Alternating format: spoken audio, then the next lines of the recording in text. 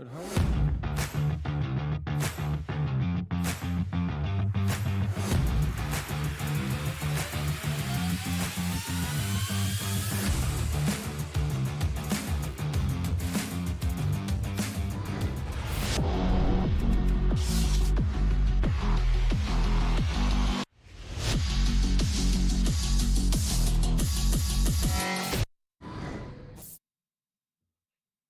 Alright everyone, welcome to the 5th day of the Standoff 2 minor hosted by Infinix. We are heading into the 5th day of things, and it's getting more and more interesting, it's getting more and more tense, you know, because this is the group stage once again. Before we get into any of that, as always, I'm here, I'm Twist, and I'm joined today by DB. How you doing today, man? I'm doing pretty good so far, but that really going to all depend on these two next games. I'm really looking forward to them. Yeah, let's hope both for... I'm also doing good, but let's hope I'm doing great after I see the absolute craziness that's about to unfold in these two best of two matches. So yeah, as I said, we are getting into the final stages, the final days of the groups here. I mean, we're on day tomorrow. We're also going to see group matches, and then a free day, and then we're going to see the finals. But again, I'm getting ahead of myself. These are the games for today in the CET time zone. So we'll start our first game pretty much now, and then in 2 hours you will see HorizoN versus STREETEIGHT. The first game, of course, being DeathOrGlory versus Absolute. We haven't seen a single game coming from Absolute since day one, so this is going to be their second time playing. And honestly, the stakes are pretty high here. We'll talk about, all about that before we get into the actual match. But yeah, the first match is going to be pretty much now, DeathOrGlory versus Absolute, and then HorizoN. We saw a lot of great stuff from them earlier, so tomorrow they're going to finish, finish their group stage matches with a match against STREETEIGHT. But let's talk about the first match, right? It's going to be DeathOrGlory trying to do their best against Absolute. Now, the interesting thing is, Absolute has played one game so far in the groups. DeathOrGlory have played two, but both of these teams have lost their respective games, right? Like Absolute is on one loss; they lost against Revile, and then DeathOrGlory are on two losses. They lost, I believe, against Revile and then also Saints. That will make the most sense. So this is kind of the match where both teams need it desperately, because whichever team loses, most likely they won't be able to advance, right? So as we can see, as we can take a look here at Group A, Revile is already on 3 wins. Like, they have qualified for the finals. There is no way for them to lose here, because everyone plays 3 matches. Revile has played 3 already, and they've won all of their 3 games. Now, when we get to Saints, they've won 1 and they've also lost 1. So, it's iffy. Absolute lost 1, and then DeathOrGlory, they lost 2. So these 3 teams are going to battle the second spot to the finals. In Group B, however, we have HorizoN, who have so far won 2 of their games. So, they're good, but, that final game still might change things up a little bit. But most likely they're going to qualify. Then we have STREETEIGHT that we're going to see today that, same as Absolute, they've only played once. But instead of Absolute's loss against Revile, STREETEIGHT actually won their game. So STREETEIGHT is, starting off pretty strong, but today they have to get their second game to kind of lock in that spot to the finals. Then we have Lycoris on 2 losses and Luxury on 2 losses and 1 win. But actually competing for, well, here is the prize pool. As you can see, the first place gets 240,000 rubles, second 140,000, then 80,000, and then fourth place 40,000, which is something I like.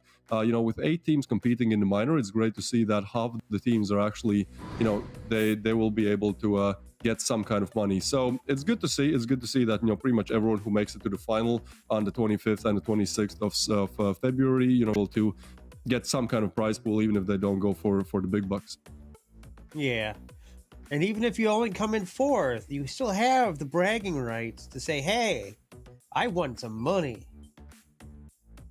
Yeah, that is exactly true. Like, it's first of all, it's the bragging rights, but then also, just the kind of the chance to actually show that, we can do this, we can fight for the prizes. It's not like, oh, we got to the minor, but that's pretty much like our whole achievement, that we got to the minor. It's also that we can go toe to toe, we can go head to head against these teams, and perhaps even, take some of these big names out. So, most definitely especially for teams that are maybe not as established as like Revile Gaming or HorizoN or Saints, where they have a long history of being really good. They have, all of those accolades under their belt. There are some teams that don't really have that yet. For example, like DeathOrGlory, Lycoris, Luxury, STREETEIGHT, Absolute. These 5 teams, I'd say, kind of a little bit more, from the 3 frontliners, that being, Revile, Saints, and HorizoN. Everyone thinks, they're the top 3 dogs, but as you said, there's a spot for the 4th place. There's definitely one of these 5 teams that's left remaining.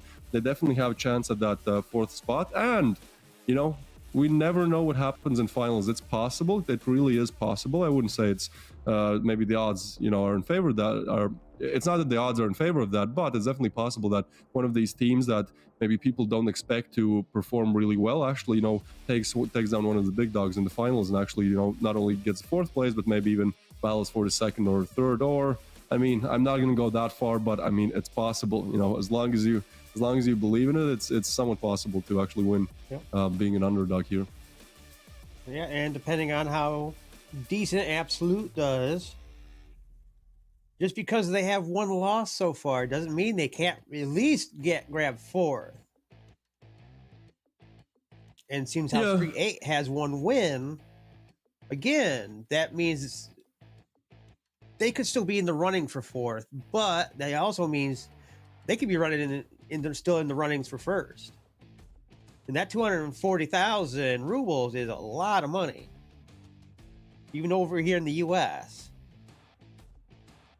Yeah, I mean, STREETEIGHT, they definitely, I'd say they have the best situation in terms of like their games, the way how they play their games, because the seeding is a bit interesting, right? And so STREETEIGHT, they can have that advantage of, you know, playing late and already having one win. So they know what kind of round balance they need more than other teams. Anyways. I do not see them showing you any love for Sandstone right now. No, it's always getting banned first. Yeah, so far the three maps that are banned are Sandstone, Breeze, and Sakura. The two that are picked are Zone 9 and Rust. We've seen some very epic plays on Zone 9 so far. Yeah, Zone 9 is getting love every single best of two that we've seen has had Zone 9 as one of the maps being played. So the map pool is not changing, you know, that much compared to let's say yesterday. Pretty much every Zone 9, and then, you know, it's like a battle of map is gonna be. So yeah, it's gonna be interesting to see kind of how that goes. Now we do have Rust. Rust is playing a little bit less than Sakura, at least, you know. Yesterday we saw 2 Zone 9s and 2 Sakuras, so it's fun for me to see Rust again. Personally, I prefer Rust a little bit over Zone 9, and then Sakura, in my opinion, is my personal favorite. And we kind of touched on this, like we both really like Sakura, first in terms of the, but also just like the gameplay is really fun on that map. Yeah, there's certain points in that map that I really love, but then again, they're absolutely horrifying due to the concept of those paper walls are probably the biggest nightmare for the production team on making these maps, because it brings up the question, how many of those walls can that gun break before it does not break through? Yeah, like the wallbang possibilities on Sakura are absolutely insane. Like you can do so much on that map, right? Like you can try different lineups. You can play on sound really well on Sakura. Actually, I think that's something that teams maybe haven't like used that much since, which is the fact that like if you're really good, you know, your headphones cranked up to the max, and you're really good at kind of spotting these players and hearing them through the walls. As soon as you know the location, you can pinpoint it and you can just like wallbang it, and most likely, you know, even if you don't get a kill, you will get some damage in. So I'm hoping to see on Sakura, you know, we're not going to see it in the first best of two, but I'd assume since we see it so much, we're going to see it in the best of two.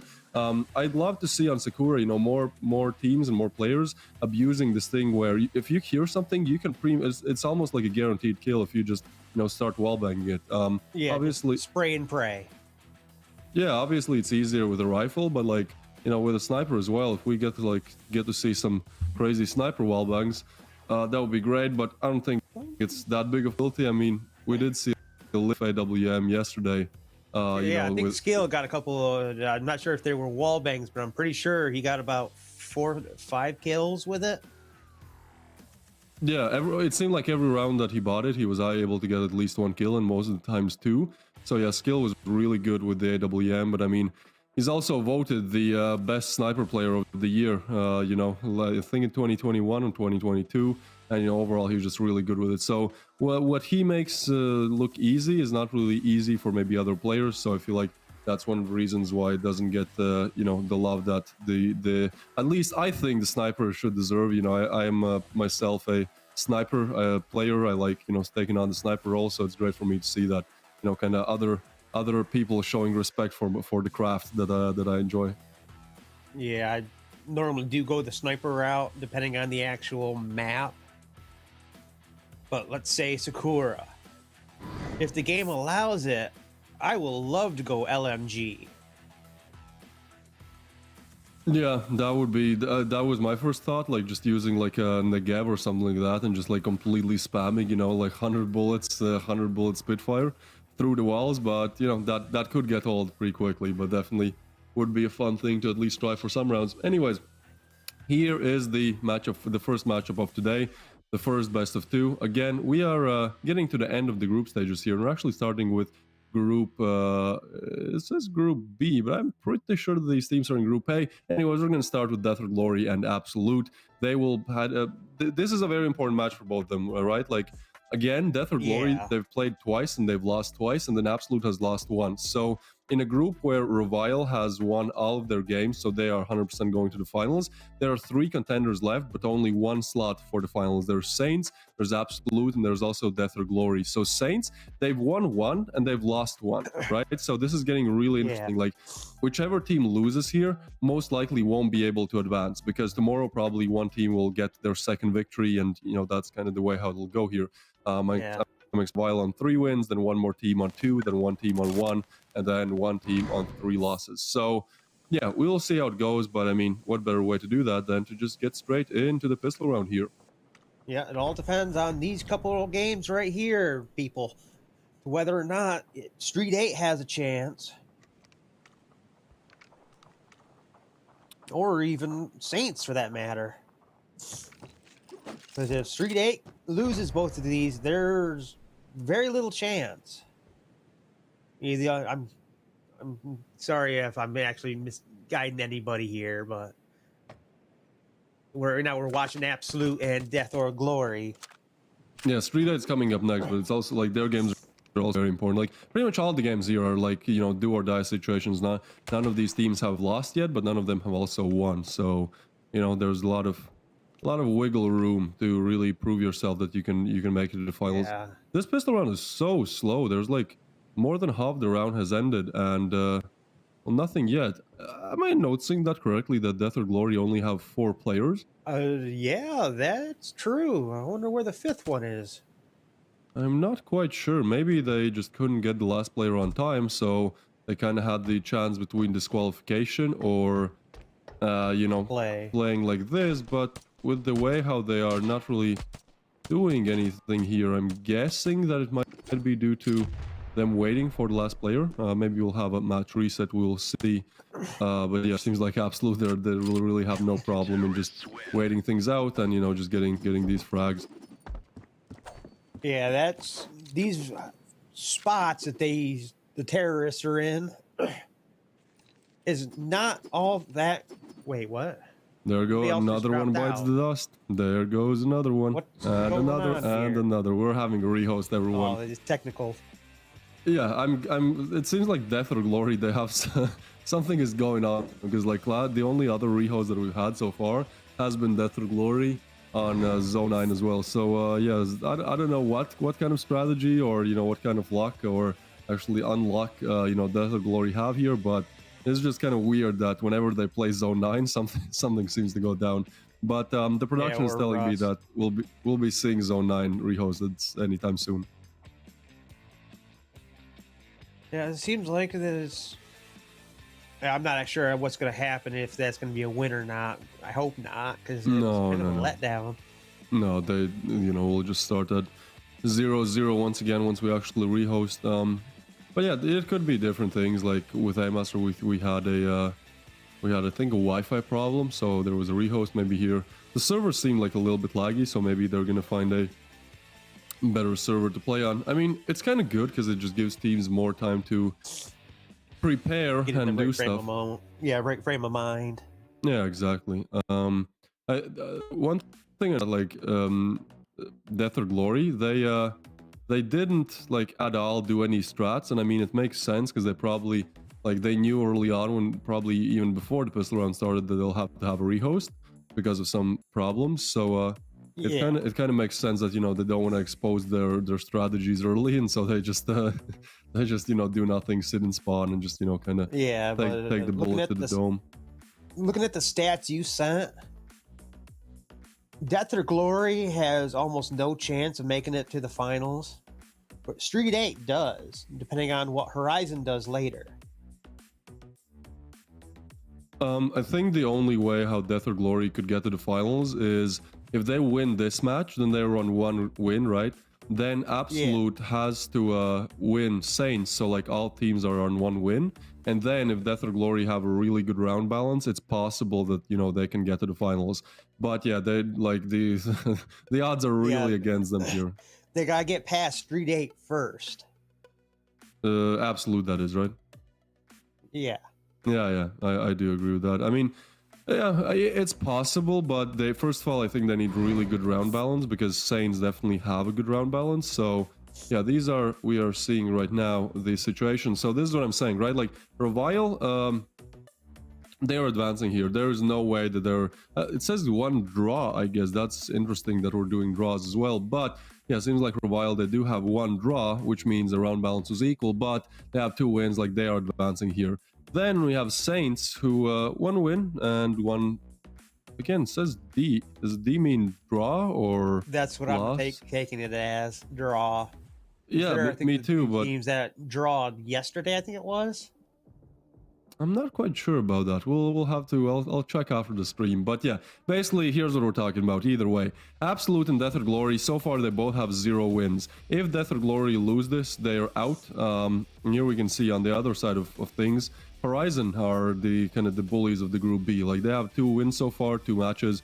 They're doing good. Then we have STREETEIGHT, where they've only played once, but they've also won once, so they're doing pretty good as well. But then Luxury is again pretty much out unless STREETEIGHT loses both of their games, which would be kind of like there are some stipulations in place where pretty much all of the teams can still advance. That nobody's out like fully yet. Like every single team still has a chance to advance, but as in case of Luxury Esports where they have 2 losses, or DeathOrGlory where they have 2 losses, or Lycoris Esports where they have 2 losses, it will really take like a lot of like stipulations and luck and just overall like odds really shifting in their favor for that to actually happen.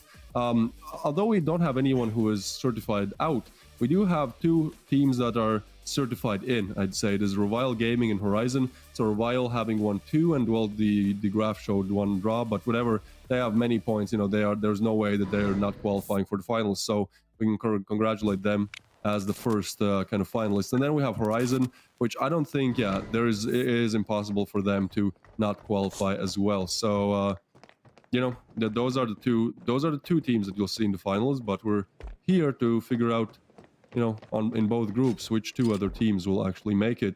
Now we're back. We are finally back, and so the pistol round is once again underway. Full teams this time.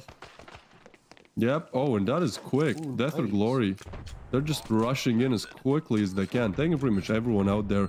That on the beam bomb side of things, that making it 3v3 now. Absolute, they have to complete this comeback, and not only they have to complete the comeback, they need this game more than DeathOrGlory. Again, Absolute still have a pretty good chance to make it to the finals if they just win. DeathOrGlory, even if they win this best of 2, they really need a lot of steeple for it to happen. So this is definitely a game where a lot of luck. Yeah, so this is definitely a game where Absolute, it means a lot more for them. All right. Well, so far these DeathOrGlory have been bum rushing the bomb site, and it looks like Daz is not looking too good on his actual cash. But let's see if his teammates can't help him out there. Let's see, which way will they choose? Bomb site A, bum rush A, or bum rush B? Or will they even bum rush? Oh, looks like they not. Yeah, they're gonna go for the A side of things. Seems like. Yeah, they just rush, come like straight in. There's nobody. There's one player, that being Knights, but he goes down, and with Kuba down as well. There's just screams DeathOrGlory's round. That gets with kind a of double head. Yeah, he gets kind of the final nail in the coffin there. So now that's at 5 retake with what USPs. Like that is quite impossible to do. And there you go, Daz gets like a. Again, we can start this discussion again. Is it a triple or is it just a 3-kill round? Like what constitutes as a triple? What time difference between the kills? But either way, Daz having a really good round there. And so DeathOrGlory are up to 2. This is not how Absolute wanted things to start out. Seems like DeathOrGlory, they are really, they're choosing glory at least for now. They don't want to go out in. Actually, I don't think they're going glory, because if they went glory, they wouldn't be standing in Absolute's way. If there was sportsmanship here, they'd actually let them win. But there's certain bragging rights, even if you say, hey, I didn't win, but guess who I didn't let win? Well, I mean, that is kind of true, but at the same time, like DeathOrGlory, again, they technically still have a chance. Like, yeah, it's not dependent upon them. Like, they need other games true. to go a certain way. But like, I believe, like, you know, especially at the highest levels of competition, you can't doubt yourself. You got to believe always that, you know, you will be able to do it, that you will succeed. So I think DeathOrGlory, you know, that at least having the belief, you know, that's a good start. 2v4 to make 1v3. What is going on? Kills all directions. Emperor goes for one. Yeah, that was close. But is not able to do anything more than just the one kill there. The defuse is close, but it does come in. So Absolute shining on the scoreboard for the first time in the first rifle round of the game. Looks like we're having the same issues we've had before. And here's our first promo code of the day, people. First come, first serve. Hopefully you got that second device handy. Yep, get a free skin. It's literally that simple. Like, sure, you gotta be fast, you gotta be quick. Like, it's not, you know, free for everybody. It's free for those who want it, but it's free after all. So, if you're quick, you can get a free skin. DeathOrGlory, though, they're trying to move quick in this round as well, and seems like it is working out. Sizer does go down. Clean headshot wallbang there. And so 4v5 situation is unfolding, but DeathOrGlory, they're pretty smart. Look at this, Absolute. They're rotating their players towards the aces, at least one of them, that being HLP, I'll just call them that. But they're not committing yet. They are just scouting out their options. Yeah, they're not going as fast as they have the last 3 rounds. Yeah, exactly. They're just kind of sending those lurker players, like seeing what they can do next, right? Like if someone dies on A, they're probably going to go B and the other way around. So seems like Emperor has died on the A side of things, and that does push things towards actually the mid area. That's interesting to see. They're just going to commit to A/mid here, which, I mean, it could work out in their favor, but right now it doesn't really matter because there's 2 defenders on either bomb site. So whichever one they choose, you know, they should be able to do something here. HLP does, so now a 3v4 situation. Yeah, but we've seen these comebacks before. Not this bad, but we've seen the 2v5s and 2v4s take it. And especially that 1v5 for Flaffy. That was epic. Oh yeah, that's 100% the best play in the tournament so far. An absolutely insane 1v5 there by Flaffy that we saw on, I believe, day 3, so that was 2 days ago, on zone 9. Yeah, go watch that. Definitely go watch that. He's playing for Luxury. That was a match, Lycoris versus Luxury Esports. So if you want to see a crazy clip, the craziest in the tournament so far, definitely go watch that. But for now, we're just gonna enjoy this. And I mean, it seems like DeathOrGlory are starting to enjoy it more and more. So they get their second rifle round here. The bomb explodes, and they should be able to carry some weaponry and some money over in the next round as well. Yeah, I've always, again, I'll bring this a point up. If the bomb kills you at the end of a match and you lose all your stuff, is that a mistake, or did you misjudge the distance between you and the bomb? I think it depends. Probably like at least for me, the more I play, the more I kind of understand, you know, how much damage I'm gonna get. But you know, it's not down to the wire. So sometimes it does happen. Talking about grenade, explosions. A nice picture. Well, there goes one. And so that's a good way to open up the round. I mean, DeathOrGlory, honestly, they'll take anything. What they don't want to take is a headshot kill with a USP, nevertheless, from Sizer, but he does get refragged. So even though that kill probably should not have went down, they are quick. They are quick on the trigger, quick on the refrag, quick on the plant. So now a 2v4 situation is unfolding, and I'm not even sure Absolute are going to go for this. Just try to either save and just, you know, find that furthest wise corner. idea to save. Yeah, or, you know, perhaps they want to get a little bit closer and go for those exit frags, you know, when, as you said, you don't want to take any damage from the bomb, so you gotta exit the bomb site at one point if you're on the T side of things and the bomb is planted. But there could be someone, that being a CD player, waiting for you around the corner just to make sure that you do go down. Maybe not from the bomb, but from his hand. Yeah, this is a little curious. You know you're going to win the round. I mean, probably in this level of gameplay, you stay where you are. But in the normal gameplay, do you go out hunting, or do you just not care?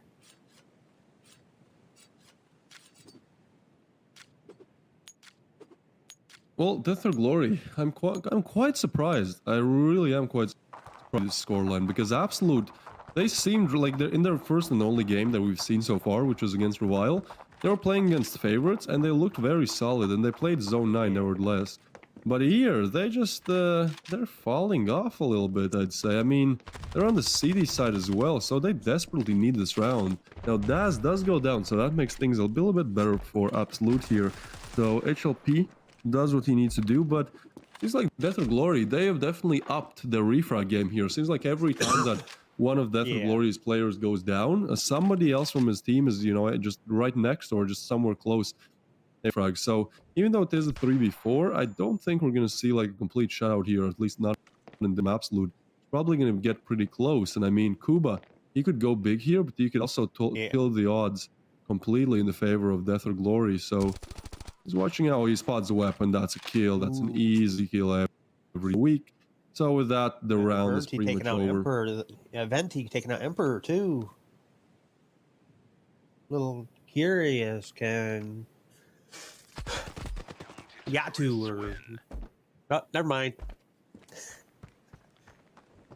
was wondering if you could do it 1v4, but we've seen some very, very unique plays on Zone 9 so far this tournament.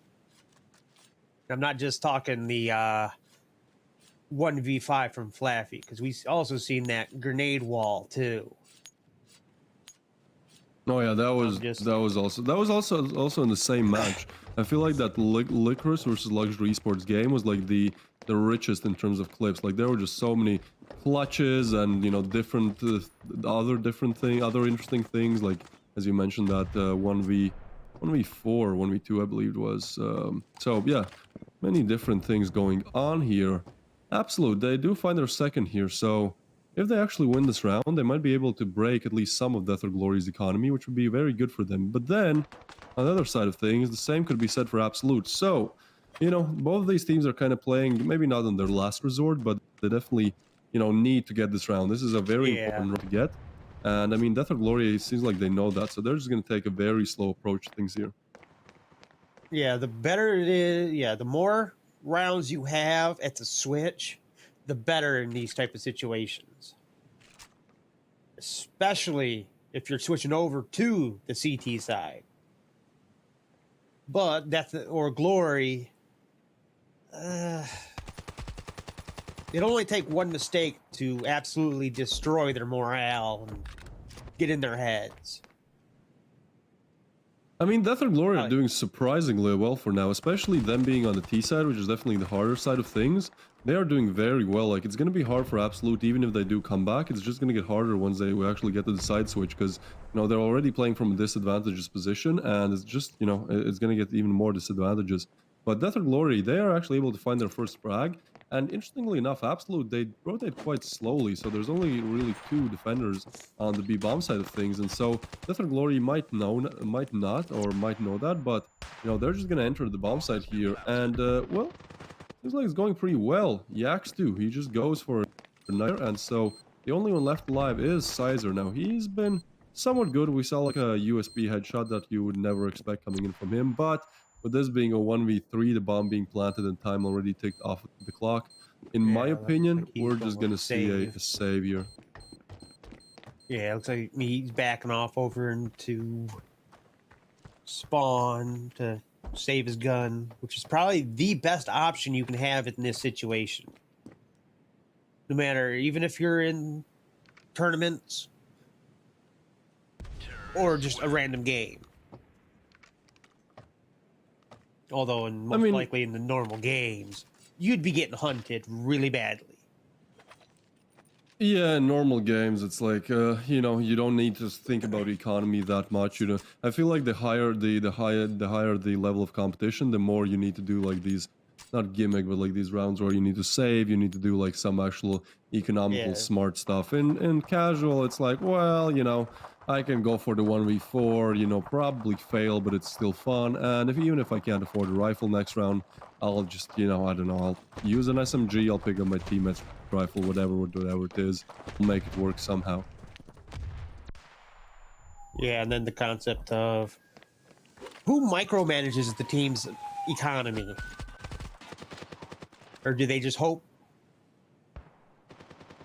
the in-game leader there will help?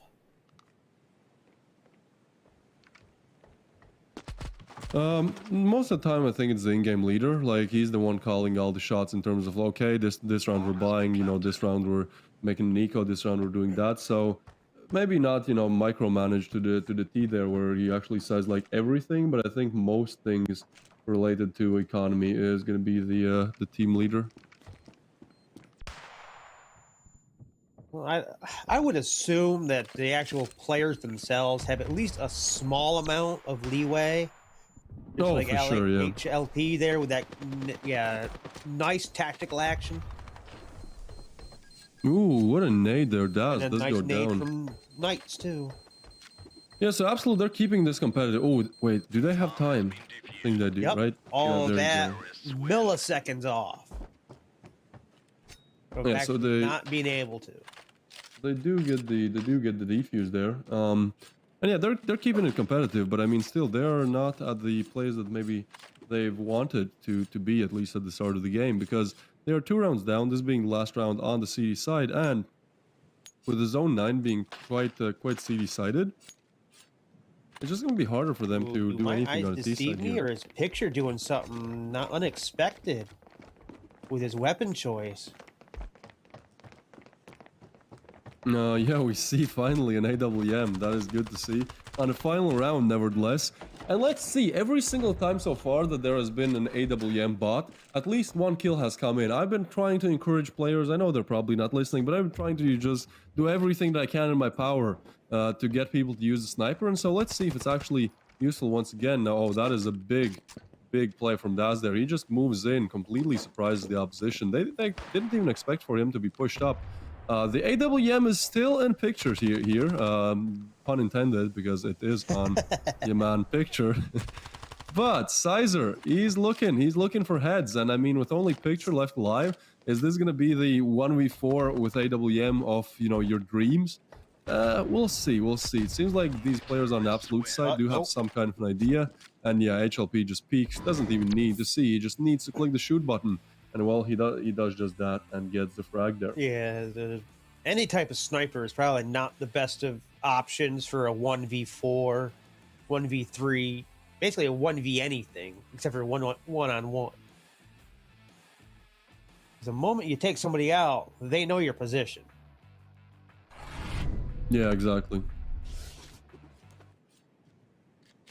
And well, if we look at the scoreline, so far, Yaxtu, the only one on double digits, but I'd say every single player is performing pretty well on both sides. Pretty evenly. Maybe Grex is having a slow start to the match, you know, only 2 frags, but he still has half of the game to kind of combat that and, you know, improve his KD and his kills and his damage and everything. So I'm sure we'll find something. There you go, Grex. He is moving in. Oh, that's an interesting angle to pick.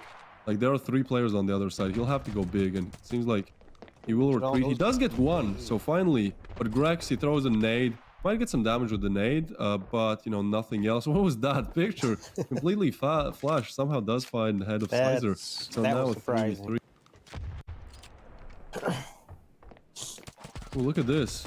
HLP. How does he not get that frag? That's a crucial frag to get. Yeah, I'm not sure. That was surprising. I was expecting a CT kill. Oh no, Kuba, his position in Emperor takes him out. DeathOrGlory, they're starting off this pistol round strong. They do what they should to complete the retake. It looked a little bit shaky, at times, but with Grex getting his 3rd kill of the game, it just screams DeathOrGlory's victory here. And again, I don't want to make any predictions, you know, make any caster's curses come true, but I mean, they're just doing very well, right? Like, at least for now, they're doing very well.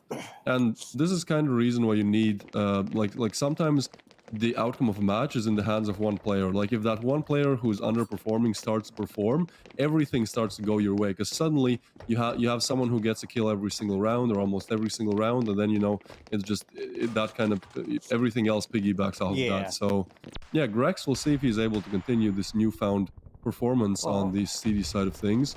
Emperor, though, is going to be the one doing the performing here. Yaxley does go down, Das, Refrag, and Kuba. And so 3v4 situation. Arventi, oh, he's getting wallbanged there. I'm wondering why are these players not wallbanging back? Like he literally sees the head there. I'm not quite sure what's happening there. Arventi, he is gonna move towards this side of things, and there you go. Yeah, he takes there that it is. picture.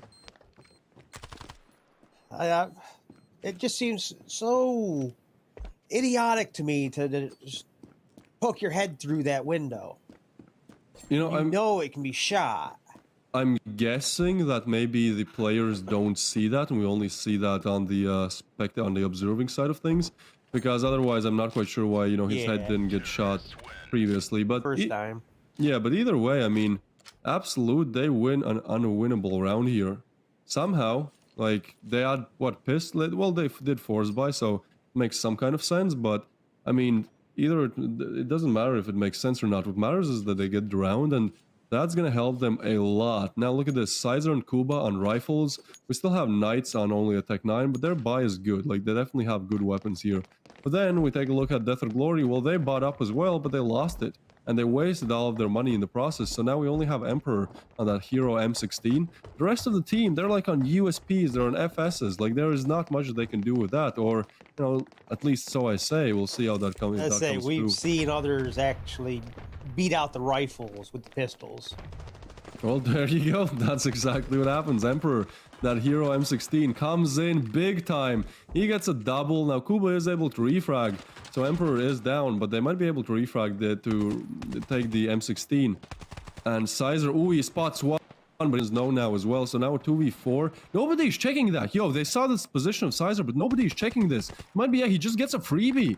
Why is nobody checking that? I'm not sure. That's a huge mistake on the part of DeathOrGlory. Like a player literally jumped across the window there and across the doorway there and was able to spot him. So they just, I guess, assumed he's not going to push the way he did. Well, either way, double back and go somewhere else. Yeah, that's a huge mistake either way. Fatal mistake. Okay, so here we see Emperor taking one frag and then getting a very nice double here. But look at this. Emperor, he throws down a smoke, tries to go for the third, does get the third, things are looking good, it's literally a 5v2, and then they just throw it away. Then they just completely throw it all away. They don't get a single kill after that, and so Absolute, they're able to take down, 5 players in a row, complete the 2v5, and just win out the game. Just crazy to see. This is not what you want to do at all on DeathOrGlory's side, right? No. So again, I mean, I guess I'm sorry guys, but that caster's curse is kicking in. So even though it's still looking good for DeathOrGlory, been quiet. yeah, now they're just getting more and more not good. Excuse my English. HLP is taking down Yaxtu and Daz, and so Absolute, they're looking so solid on the side of things. It's just looking like DeathOrGlory can't find a single answer to their continuous B bomb side pushes. Yeah, I'm guessing certain maps, like Zone 9 here, there are certain alleyways you can take for shortcuts before everybody can get into position. And I'm guessing either team leader or somebody decides, let's just go this route. That's a nice knife though. We talked with Amaster a little bit about knives. Personally, my favorite is the Commando. I think it just looks very sleek and very sick. But this one, I'm not quite sure what's the name of it, but look at that. The animation is also very just cool.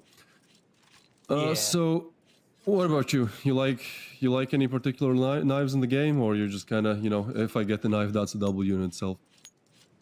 A little bit of both. There is a type of knife I love to see in games, but it's not actually a knife because it's a scythe. Oh, I see what you're saying. A lot of people like the Karambit, personally. I mean, I see the appeal, but definitely not my favorite. I'm more of like a butterfly type of guy, Yeah. I've noticed, depending on where the game is created, I'm not saying this for all of them because sometimes the country of origin usually has the most beautiful weapon skins for their guns. or the knives or pretty much everything. I mean, it makes sense, right? Yeah. Although I have seen, say, China make it a game. I'm not sure if I'm actually correct on this. And gave their guns the most beautiful skins, but gave another skin to an AK that is by far more beautiful than anything that they could have. Huh. You know, I've also liked the concept of matching your gloves with your knife.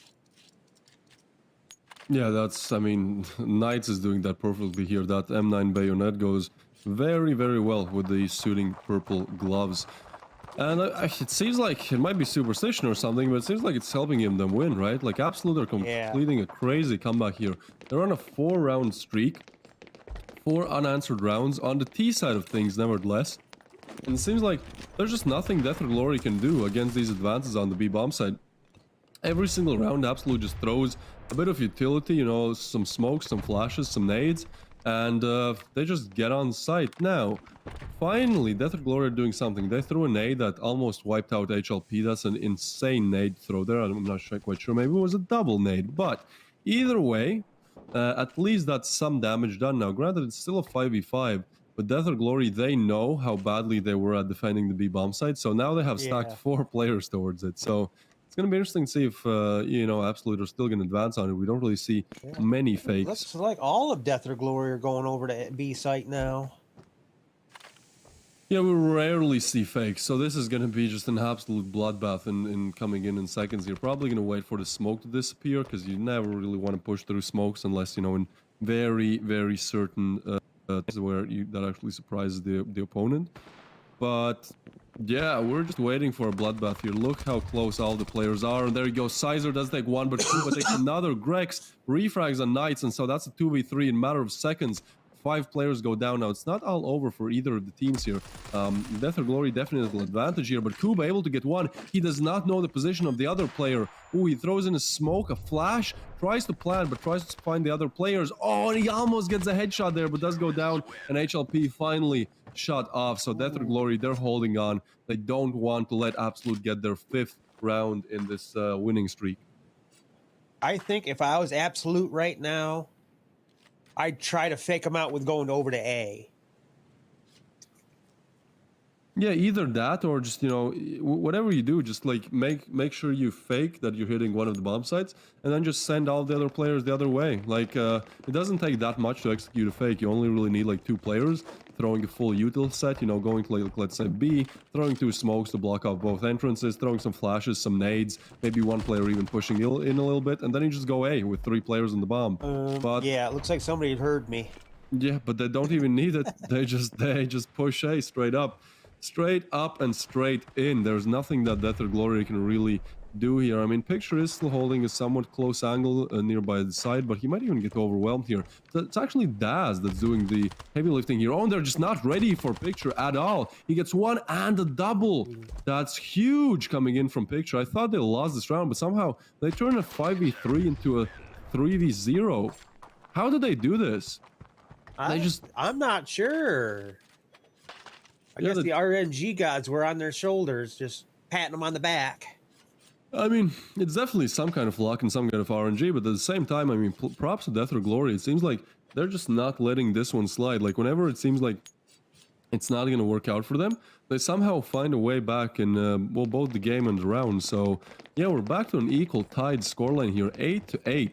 Both teams need this. Again, just remind everyone who's maybe just tuning into the stream, DeathOrGlory so far are on 2 losses in the 3 games that you get to play in the group stage, and Absolute is on 1 loss. So whichever team wins this, they definitely get a bigger chance to make it to the finals. Now, granted, DeathOrGlory, they're going to not only need to win this best of 2, but also do some, you know, get some other stipulations come in effect, like some other maps go their way how they need it to go. But Absolute, they definitely have the kind of more fighting chance here, and I mean, they're showing it, but they're not showing it enough, because once again, it's a 3v3 that kind of favors DeathOrGlory a bit here, at least in terms of the HP. But there you go, that's what they needed. Sizer does get a double, and HLP shuts out the final player, that being Yaxu. So Ooh, once again, Absolute are pulling ahead. DeathOrGlory, you know, getting close, but every time that it's an equal scoreline, Absolute just pushes ahead once again. So this is match point for Absolute. They only need one more round here.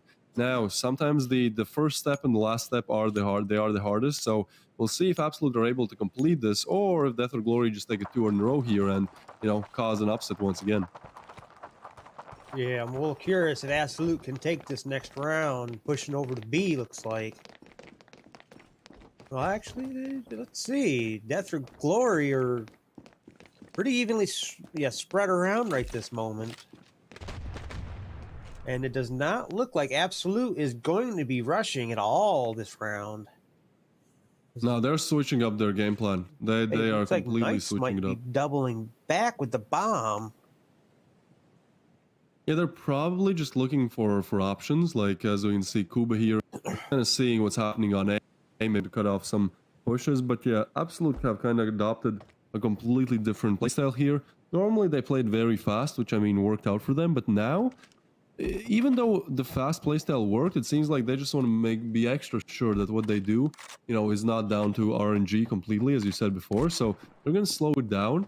Actually, oh, they're finding the perfect timing here. DeathOrGlory, for whatever reason, think it's B, but it's actually the A side that's going to be under siege any second now. There comes 4 players close to the A bomb side. Oh, but this is all about timing. If Absolute go now, they have a huge chance to actually take the A bomb side here. But with every second that they waste, the rotation back to A bomb side of things comes closer. So probably waiting for this smoke to disappear. And there you go, nades come in. So this is going to call the rotation on the side of Absolute. But it might be a little bit too late here because Knights is almost on set already. And it's only Yaxtu that could really defend it. No, he goes down. Nice headshot, though. This was perfectly called by Absolute. Yeah. There's nothing that, you know, DeathOrGlory...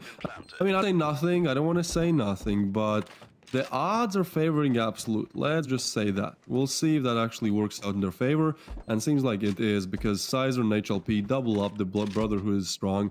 Yeah, although they are getting refragged, so we're down to a 2v3.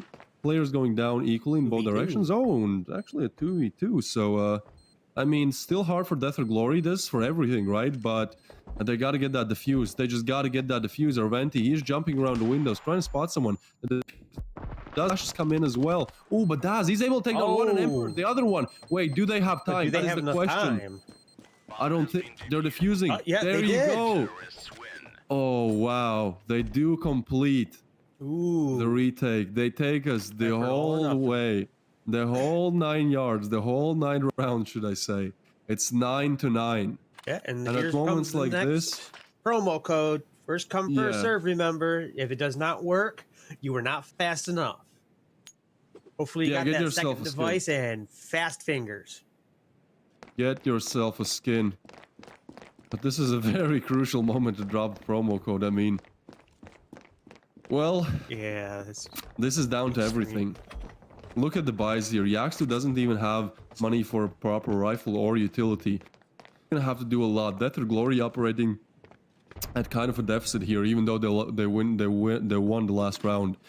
So both teams again adopting the slow playstyle. They don't want to, you know, they don't want the round to be over in like 10 seconds. Sizer, that is surprisingly close, but nothing yet. Tensions are so high in this game.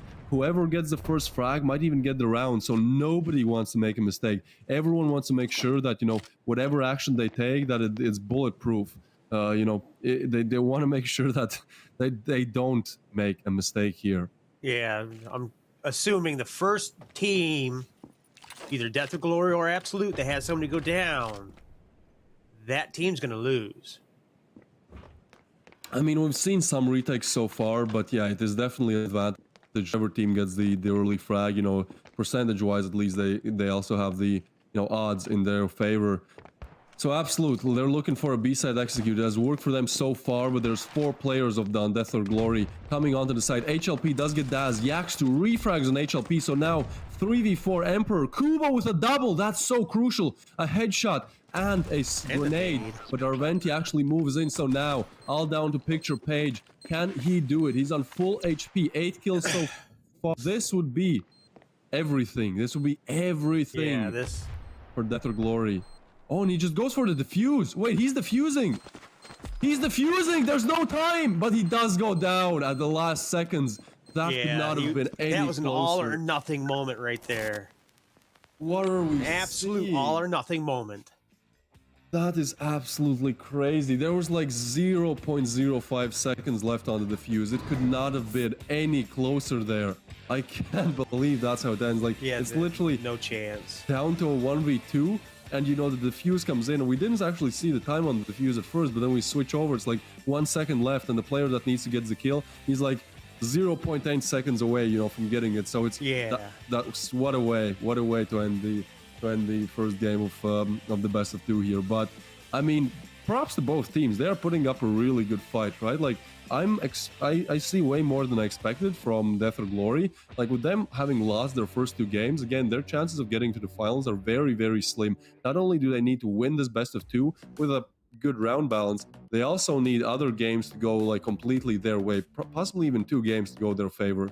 So in their group. So yeah, they are putting up a fight despite having like 1 or 5% odds of actually making it to the finals. So huge props for them to actually having that, you know, fighting spirit and just that professional attitude of like, even though we're technically lost, there's still a chance, so we're gonna, you know, go for that chance and believe it with all our hearts. But on the other side of things, Absolute, they also need this. They need this more because technically they have better chances at winning, you know, and actually getting to the finals.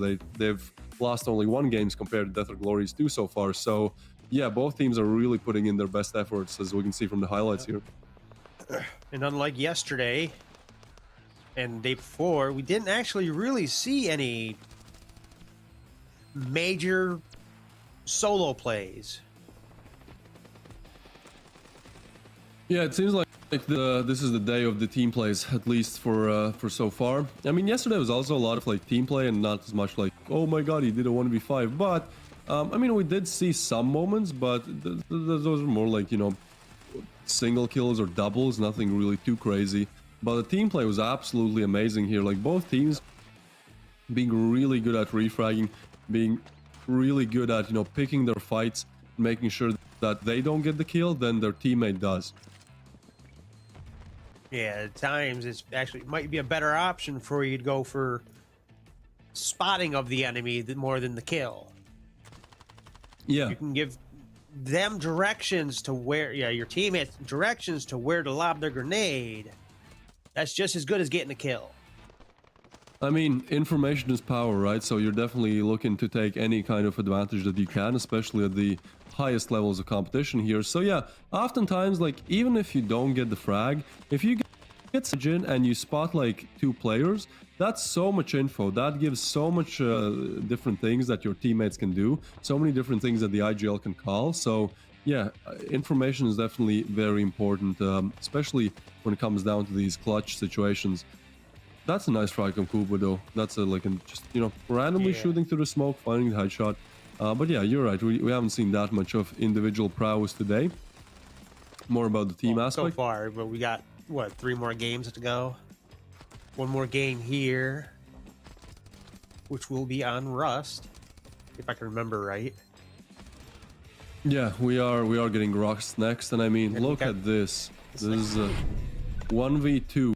We didn't get to see the ending there, but this was basically a 1v2 where the fuse comes in, but it's like you need just one more, like literally half a second. We saw it so close. I even thought he defused, but then in fact he doesn't. Absolute actually take the victory there. The absolute last possible second bomb defuse did not go through. Yeah, I hope we get, you know, so close on Rust as well. I hope like one team doesn't just shut down the other one now.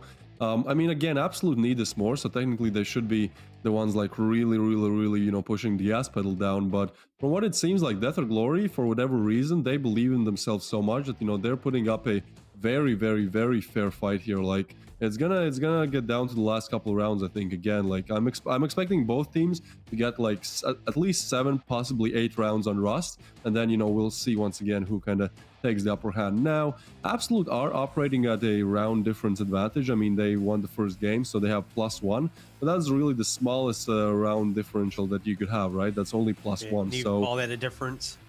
Well, it's something. It's definitely something, but it's definitely maybe a difference with the small D.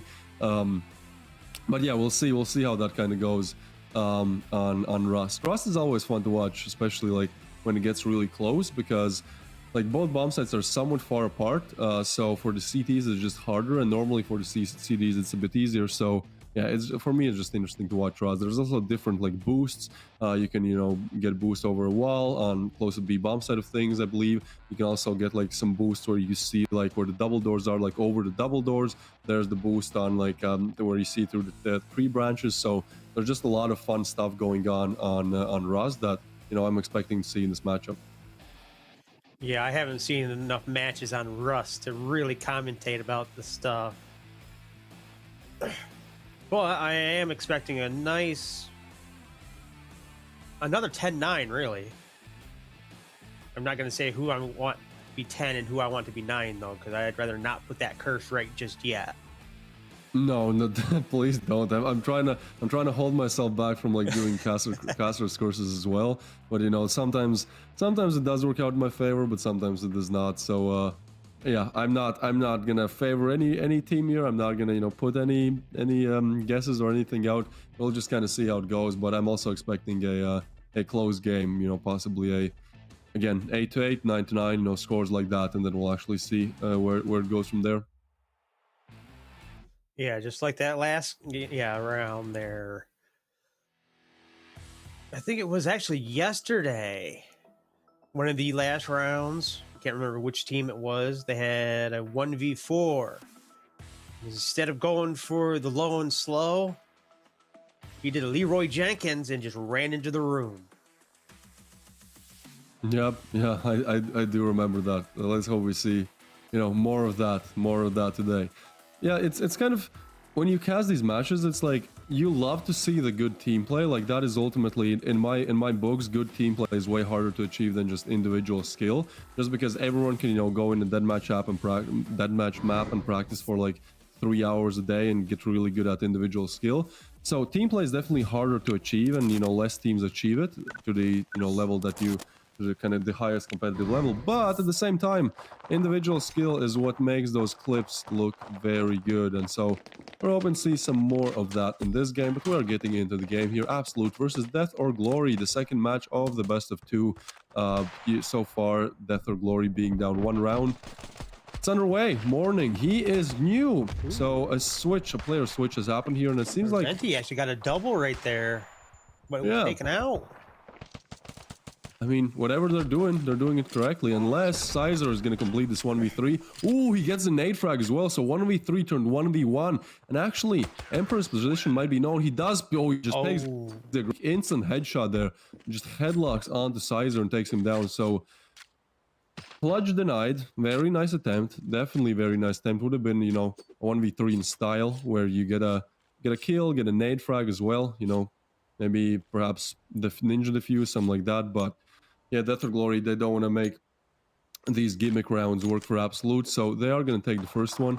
And yeah, it seems like we're having a morning here, so I guess one of the Page brothers is gone. Whoever, I think that was the guy that had the pre bad game. His name is slipping in my mind, but I remember he had Page as his second name, but he is gone. So now Morning is taking his place. And oh no!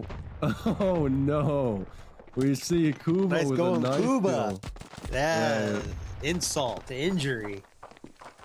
Definitely so. But DeathOrGlory, they don't care. They're just gonna keep stampeding on here. So they do get the plant and HLP and Kuba. I mean, even though it was very nice and Kuba definitely got that huge boost in cash for a knife kill, this is going to be hard. MP5 and an FS is not something you want to have in a 2v3 retake on the B-bomb side of things. So they're just going to push in. Now, Kuba does get one. So far, a very solid individual prowess from Kuba, but DeathOrGlory, they're securing this one. Once again, up 2. So they're doing good. They were up in the first few rounds of the game on Zone 9 as well, I believe. So we'll see if they're able to not only do that again, but also extend that, because, as the game went on, they kind of fell off a little bit and ultimately gave Absolute the upper hand in the matchup. Yeah. A little curious, because I don't think we've actually seen anybody get past a 3-round deficit before the opposite went up or started winning. So this Was getting that nade intentional? Do you see where that go? yeah, that. See, everybody, even these top teams are human like everybody else. They make mistakes. Of course, that might not have been a mistake, and it landed exactly where he wanted it to. Maybe that's just like an intimidation factor. I don't know. Perhaps you could, I don't know. My first idea was that you can get a boost up there, but yeah, I think that was just like misaligned a little bit. But seems like that's not gonna have really any effect here because DeathOrGlory, again, they just keep pushing on. Now they haven't pushed on site yet, and they haven't even taken the bomb, so it might be a little bit harder. But Absolute are actually not the best at their positioning on the CD side right now. 2 players towards the B bomb side of things, although now they're starting to rotate in. But with DeathOrGlory being smoked off, we'll probably have to wait at least another 20 seconds until they actually commit to the push. Yeah, in this type of situation, I'm not sure if I would actually try to push into A.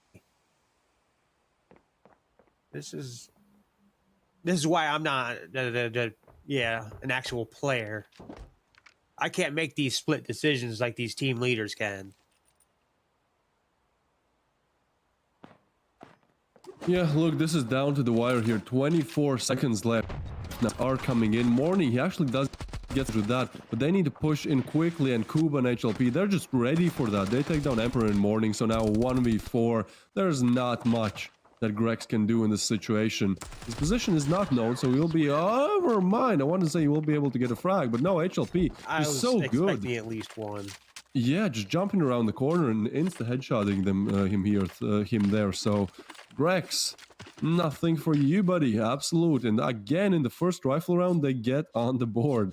So now they actually have to go, well, not full eco, but, close to it. Again, Yeah. 3 Tech 9s, excuse me, then a nade and 2 flashes. This would be an insane round to win. This is like a lot to ask. Now, granted, if they hit the correct bomb site at the correct time, it can work out, but it seems like Carventi, he's not even gonna let them get to a bomb site or even close to it. Takes down one already, so now it's just getting better, it's just getting worse and worse for DeathOrGlory. And look at that, Arventi! Oh, he's going for the ace here. Gets a double, almost the quad there. Oh, that would have been insane. That would have been talked about all day. Yep, picture page though. He is the only one left alive. He is holding some kind of an angle, but I think at this point he's just strategizing how to better retreat and get out of this round. Now, ooh, that's a big kill. He is. What? Wait, Can he what? pull this off though? Wait, This is that looking pretty should good. have not happened.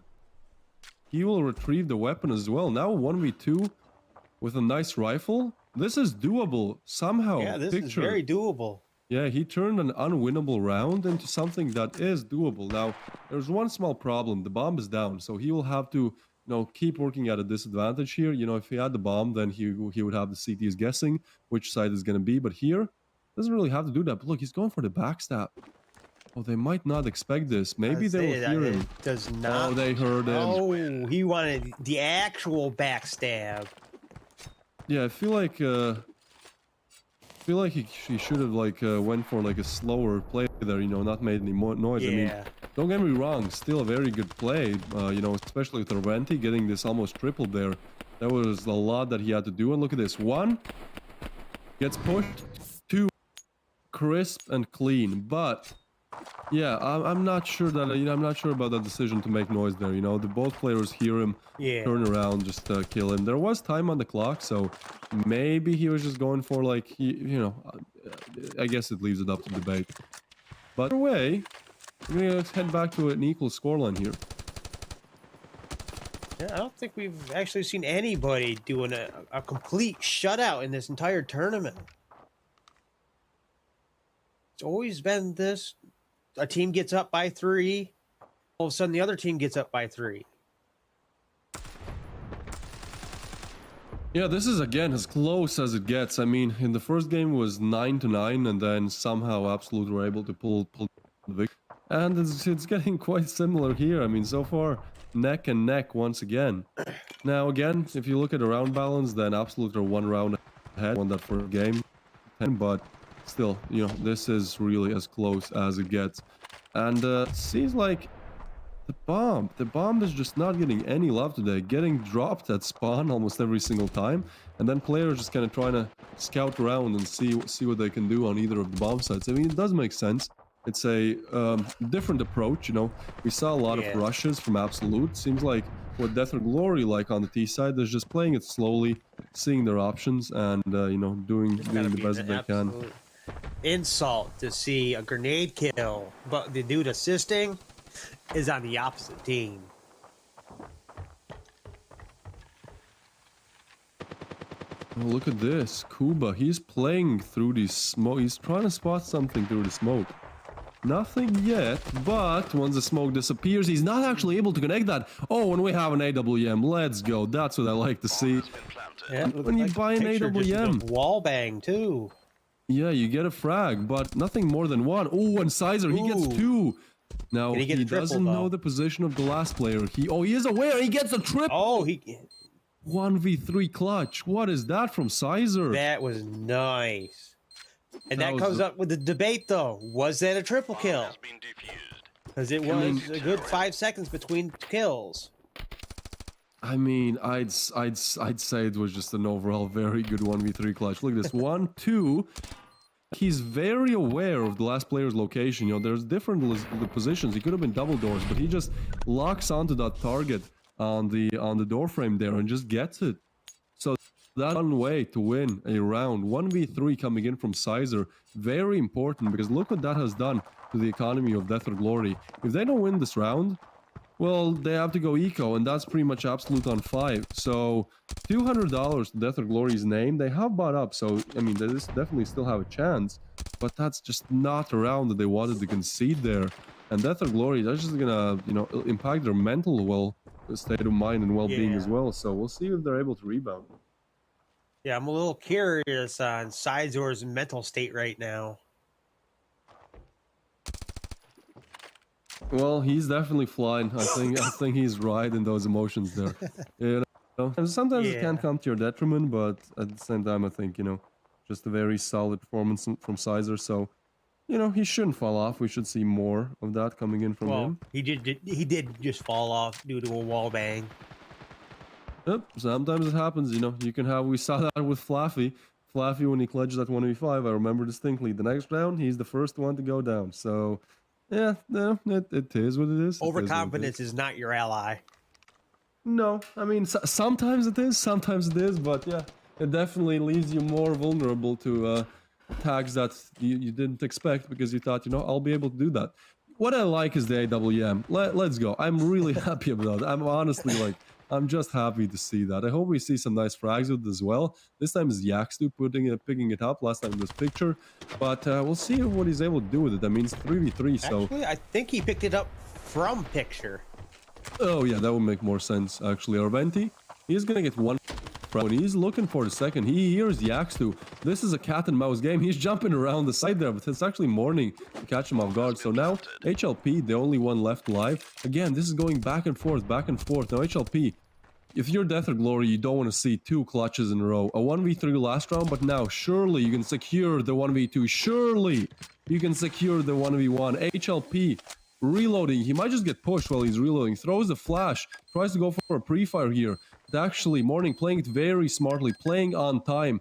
Does click the defuse once again. And HLP looking for the frag. And he finds it! Oh nice. No. What a clutch. That is not how you want to go out if you're DeathOrGlory. 2 clutches in a row. He does...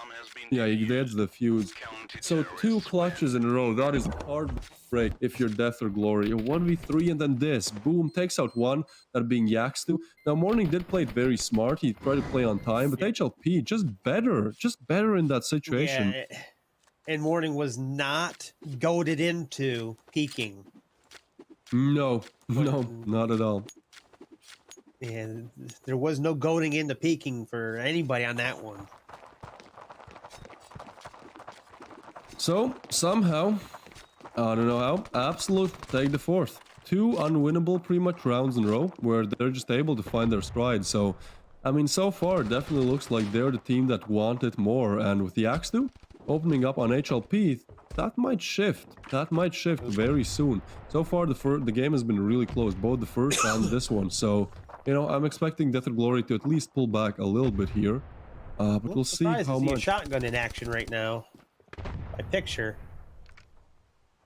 Yeah, I think like he's on $0, so that was probably the best buy that he could make. Like, you know, after buying that AWM for 2 rounds, you kind of got to pay for it if you don't win the round. So yeah, picture, he's just, oh, look at this, he's holding an angle, hoping, just praying that somebody will aggressive peek. If somebody does peek that person is most likely dead, but that's a nice wall bang. Doesn't actually get really any frags there. The one who does, right, he takes down picture, so no more shoddy in the here. Now, oh, look at this. They're actually moving the A side of things. So Morning, he's going to be almost be able to catch out Knights, but Knights are just having a blast of around there. So not the only one left alive. With that bomb on him, you know, he might be able to get a plant if he gets to clear out Kuba on the site. Or he might have looked, yeah, he just looks away at the wrong time because Kuba holding a nice off angle there takes him down. Absolute on 5. Starting to push the acceleration, starting to kick into the 4th or the 5th gear. Is not looking good for DeathOrGlory right now. Unless they can come back at the switch, I do not see them making it back. Yeah, and the thing is, it's not only that they're like in a disadvantage round-wise here, it's also that it should have been 4-3 in favor of DeathOrGlory if they didn't lose that 1v3 and then 1v2, one after the another. Like if the 1v3 didn't tilt them, I'm sure the 1v2, you know, definitely added some salt to the injuries. So yeah, it's just gonna be hard for them, and especially with them only looking at this, what is it, 3 deagles and then a Tech 9, a flash, 2 flashes. Like, that's just not what you want to see. But Gregs doesn't care. He doesn't care about tilt, he doesn't care about anything. What he cares about is getting that Desert Eagle bullet straight to the dome of the opposition player. So one goes down, absolute. They have 4 players left alive here, and well, I mean, Kuba, he should be able to get this frag. There you go, gets a headshot while playing back on Yaxtu. So, you know, once again equal, but I should rather say equal in terms of players, but very, very sided towards Absolute. What is Kuba? Okay, Kuba is just doing that. I guess you can go for that if you want to. Yeah, I get. It really goes to show that there are cases where friendly fire is not the best of options. I mean, I'm not sure when friendly fire is the best option. You'll have to. Well, that's an easy one when you can get 6 kills. All right, yeah. If you want, like, I have no problems blasting through you if there's 4 enemies in front of you. That is correct. I mean, I haven't seen that happen so far, at least not when I'm playing. But you know, if that situation ever arises, I am on your side. Absolute, they are on the winning side. However, like they have 6 rounds. Yeah. You know, this is just looking very, very good for them. I don't see how DeathOrGlory could come back into this, especially after losing on Zone 9. They're already in a 1-round disadvantage, which is not the worst, you know, round disadvantage to be in. But I mean, on the second leg of this best of 2, it seems like everything is just going direction of the Absolute. Like DeathOrGlory, they just haven't really been able to string together these T rounds. And I mean, this is the last round, so maybe things will change on the CD side, but it could be bittersweet, where it's just like a little bit too late, you know. Yeah, this might be the actual first shutout we see. Well, what I classify as shutouts. I'm okay with 10 up to the 10-3. I think are shutouts, especially if it's 10-3 and all 10 were won. Yeah, I'd say anything below 5 rounds is pretty poor. In my mind, that's a shutout. Like, you know, if you haven't been able to string together half of what the opposition did, then you're most likely in the wrong lobby. Perhaps, you know, should have played in some other tournament. But I mean, everyone has some bad games. Like DeathOrGlory definitely had a very good first one. They were fighting on, but it seems like it's just starting to weigh on them. You know, all the things that are not going their way. So yeah, even though they're able to open up on the bomb side, the bomb is not retrieved yet. So actually, Absolute might be actually able to take. Yep, there you go. They'll probably be able to take the bomb side before the bomb even goes down. Now, finally, the bomb is making its way towards the A side of things, but so are 3 players from Absolute. One is actually Kuba is actually staying on B, so he's still looking for those and lurks there, but seems like DeathOrGlory, they're just gonna commit to A. But look at this, like Yeah. Absolute, they got on site. Like this should not have happened. This is a huge mistake on DeathOrGlory's part. They were on site and have the bomb, and what, you know, in the time span that it took for the bomb to get towards the site, Absolute already got on it. So this just looks really good for them. Although Yaxu is able to take down one, and there you go, somehow a double. So Kuba, he's the man on a mission here. Scopes in, but Page, headshot, wallbang there on Kuba. So everything is not lost yet for DeathOrGlory. Well, it's time for some DeathOrGlory. And at this point, it is going to be some nice glory. Especially if they can come back from this big of a deficit. That would take a lot. And I mean, what better way to start than with the pistol? Like, again, if you win the pistol, you most likely win the next one as well. So if they win this, we're potentially looking at 5 to 6, which is not that hard to come back from. Especially on the CD side of things for DeathOrGlory. Now, if you lose this, we're looking at like what, 8 to 3? Yeah, that's pretty much over. So very important pistol around here. DeathOrGlory, they are gonna play quite aggressively. You're just gonna try to take angles, push in. Oh, some damage comes in. They might be able to get a Venti. He does go down, and another one. That's Grex getting Kuba. Ooh, this is 3v5 now. Yeah, this is getting chaotic, to say the least. Grex, he just spin around, but Sizer takes him down. So Absolute still not out of this round. They crucially, they desperately needed the frag, and they get it. So the bomb is gonna go down, or at least it should. And Knights, he just doesn't care. He just pushes on forward. And I mean, kind of doesn't work out in his favor, but Emperor is gonna take down HLP, and another one, that And being Sizer. There's Sizer. Yep, there you Sorry go. if I mispronounce your name. I'm not in the right frame of mind. This is pure epic gameplay right now, people. So DeathOrGlory, I mean, it's doable. It definitely is doable. But I'm still not a believer. I'll need to see a little bit more frags like that. I'll need to see Emperor showing us what he's made of. I'll have to see, you know, what Yaxu can do. Because again, there's just one player that's kind of underperforming in the lobby. Like everyone else, you know, the kills are kind of close. Like, you know, at least they've got the 5. But then Yaxter just has not been having the game that he would have wished for. And so if I figure if, you know, Yaxter is able to show up, it's possible for DeathOrGlory, because again, oftentimes it's just one player that changes the outcome of many rounds.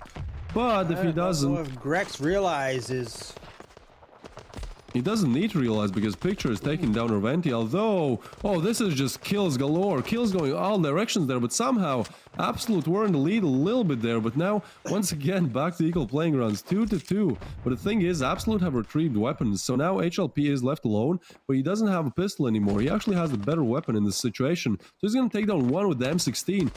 Horny, he knows where Yaxu is, that's where Yaxu needs to go big, but what is that? HLP gets the craziest of wallbangs that I've seen so far. Just spamming, just spraying through the door there. And I mean, ultimately gets the frag. yeah, so that's crazy. it's crazy. Look at this. He has the better weapon. Spots one. Freebie. And then what is this from HLP? He probably hears something, scopes in, and just... What? Oh, he tried to go for the wall bang too. Yeah, that... It wow. just so happened he saw the bullet. See, this is what I mean, where one player could change completely the outcome of the round. Yaxtu needed that, and even though, you know, props to him for getting one kill in that round, he needed that second. He desperately needed it, because DeathOrGlory, they lose a buy round. So look what that has done to their economy. They're on Shotgun City right now. They have 4 shotties and a USP. And I mean, it could work out not in Absolute's favor if they went A, but very good call by the IGL here to go B. The bomb side is more long range than A, so they'll just be able to kind of just push in and, you know, take their battles, take down one, and well now, Yeah. retaking with a shotgun, not ideal, not ideal. No, but it would be absolutely epic for us to, well, I guess we can start now with Picture with the first headshot. But it would be absolutely, they might have to really, yeah, DeathOrGlory might have to really be, well, wow. I keep getting interrupted here. Yeah, Sizer is just, you know, putting the final nail in the coffin here. HLP getting another one as well, so even though Picture will be able to get a frag, they're not even close to being able to get drowned, and so that's Absolute on 8. They do let the pistol round slip, but they actually come back as soon as possible the next one, and you know, when this was DeathOrGlory just not being able to buy, but they did. So, once again, we're seeing the scrappiest of buys here. A little curious if Absolute can take these next 2 rounds, though. I mean, only time will tell, I guess. It should be good. It should be all good here. I think DeathOrGlory, they definitely, like, what? They need 6 rounds pretty much in a row, because Absolute also are working with a +1 round bonus.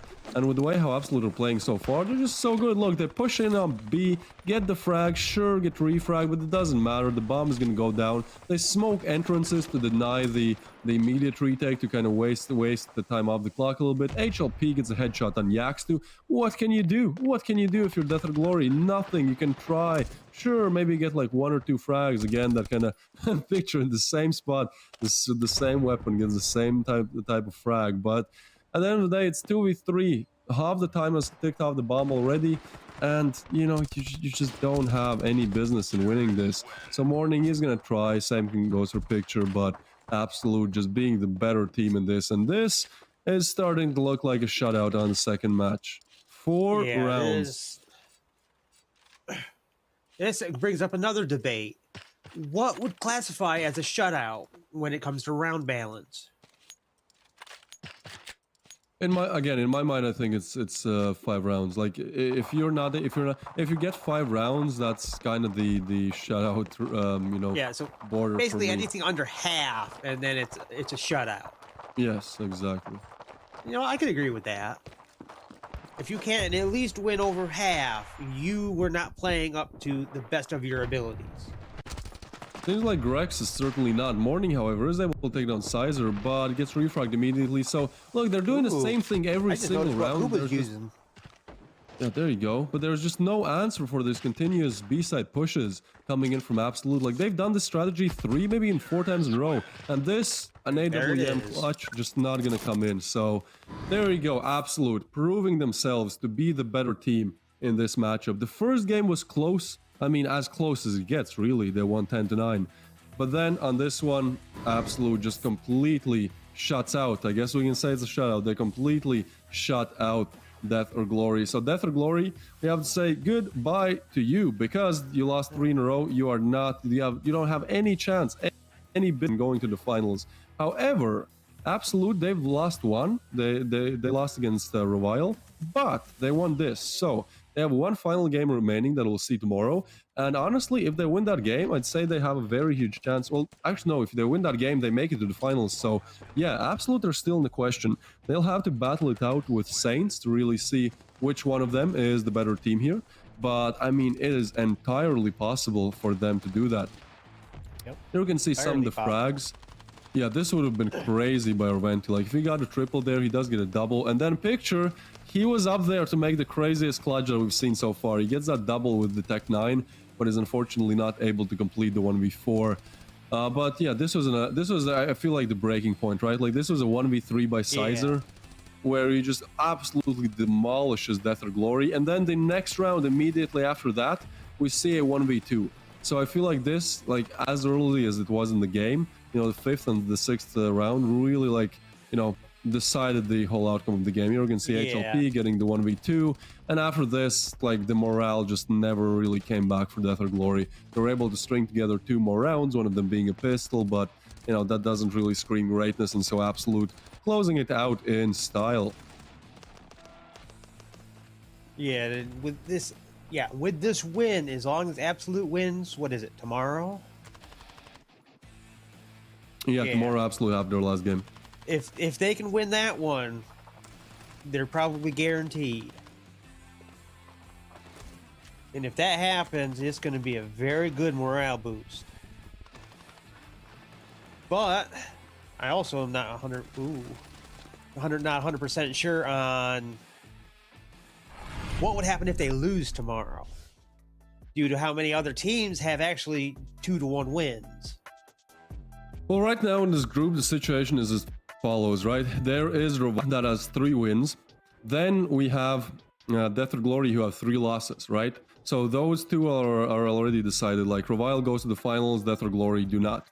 Then we have 2 more teams, that being Absolute and Saints. Now they're both on 1 victory and 1 loss. So ultimately, whoever wins tomorrow is going to the finals. So whoever wins in that Saints versus Absolute matchup is going to the finals. So tomorrow is going to be such a fun day, such a fun Group A to watch because of the stakes in this situation, because of the both teams. Like if they lose, it's over. It is over. So yeah, tomorrow, can't wait for that. It's going to be a lot of fun, but we still have a lot of stuff, remaining for the day. We still have Group B, that is, and that should be coming up any minute now. Here we can see is the matchup at 3:45 CET. It's going to be HorizoN versus STREETEIGHT. Now, we've only seen 1 game from STREETEIGHT so far and 2 from HorizoN, and so far, both of these teams are undefeated. So this matchup actually isn't like that important. It isn't like that crazy as the first one, because in this one, even if HorizoN lose, they're probably still going to advance because they've won 2 games, and then STREETEIGHT lose this matchup, they have 1 win, and so if they win tomorrow, they're making it as well. So yeah, this isn't like as high stakes. Obviously both teams won that kind of early ticket to the finals. I'd say HorizoN already having it, and then STREETEIGHT looking to get that ticket. But still, there's the stakes are simply not that high. However, we're gonna take a little pause here. The players have to get ready. Everyone has to kind of recharge. You guys make sure you go and whatever you have, snacks. If you have popcorn, I don't know, chips, go get some more. Don't overeat, of course, but go get some snacks.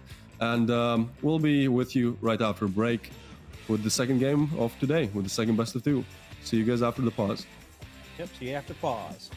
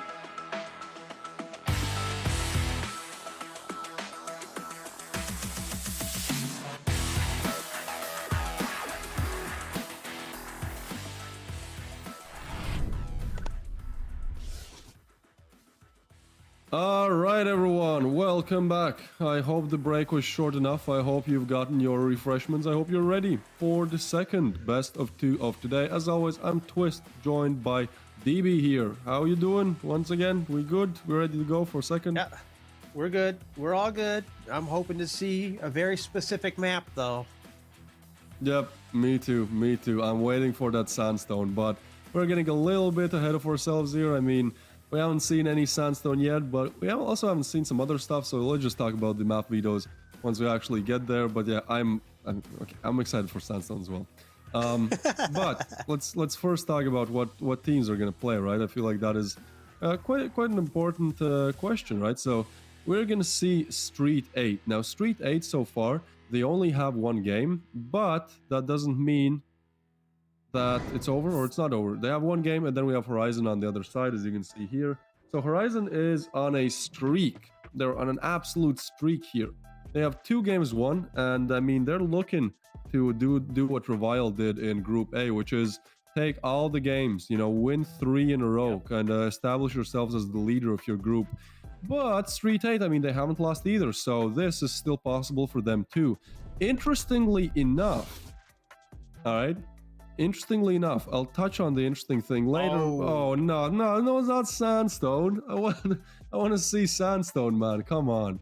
Anyways, it gets we got bombed. another Zone 9 Rust, though. Yeah, and the Zone 9 supremacy continues. This is the 10th game that we're going to see. This is the 10th best of 2 that we're going to see. In every single one, we see one Zone 9. So that is absolutely crazy. And yep, to finish it off, we see Rust in the same order. Yesterday, we saw in the same order Sakura and then Zone 9. Sakura. Yeah, Sakura and then Zone 9. And now we see Zone 9 and Rust twice. All right. Ooh. All right. I'm up for it. I was so disappointed seeing Sandstone being banned first. Yeah, at least ban it like last, so we have some kind of suspense when the map picks get shown. Yeah. Otherwise, it's like, oh, come on. I'm really hoping we see at least one sandstone, but with the way how things are going, it's like it's not looking too good. It's definitely not looking too good for the sandstone enjoyers here. But what's also not looking too good is the situation in Group B if you're either Luxury or Lycoris Esports, because, all right, the situation is as follows. HorizoN has 2 wins, right? STREETEIGHT, they have 1 win. Lycoris has 0, and then Luxury has 1, but they've played all of their games.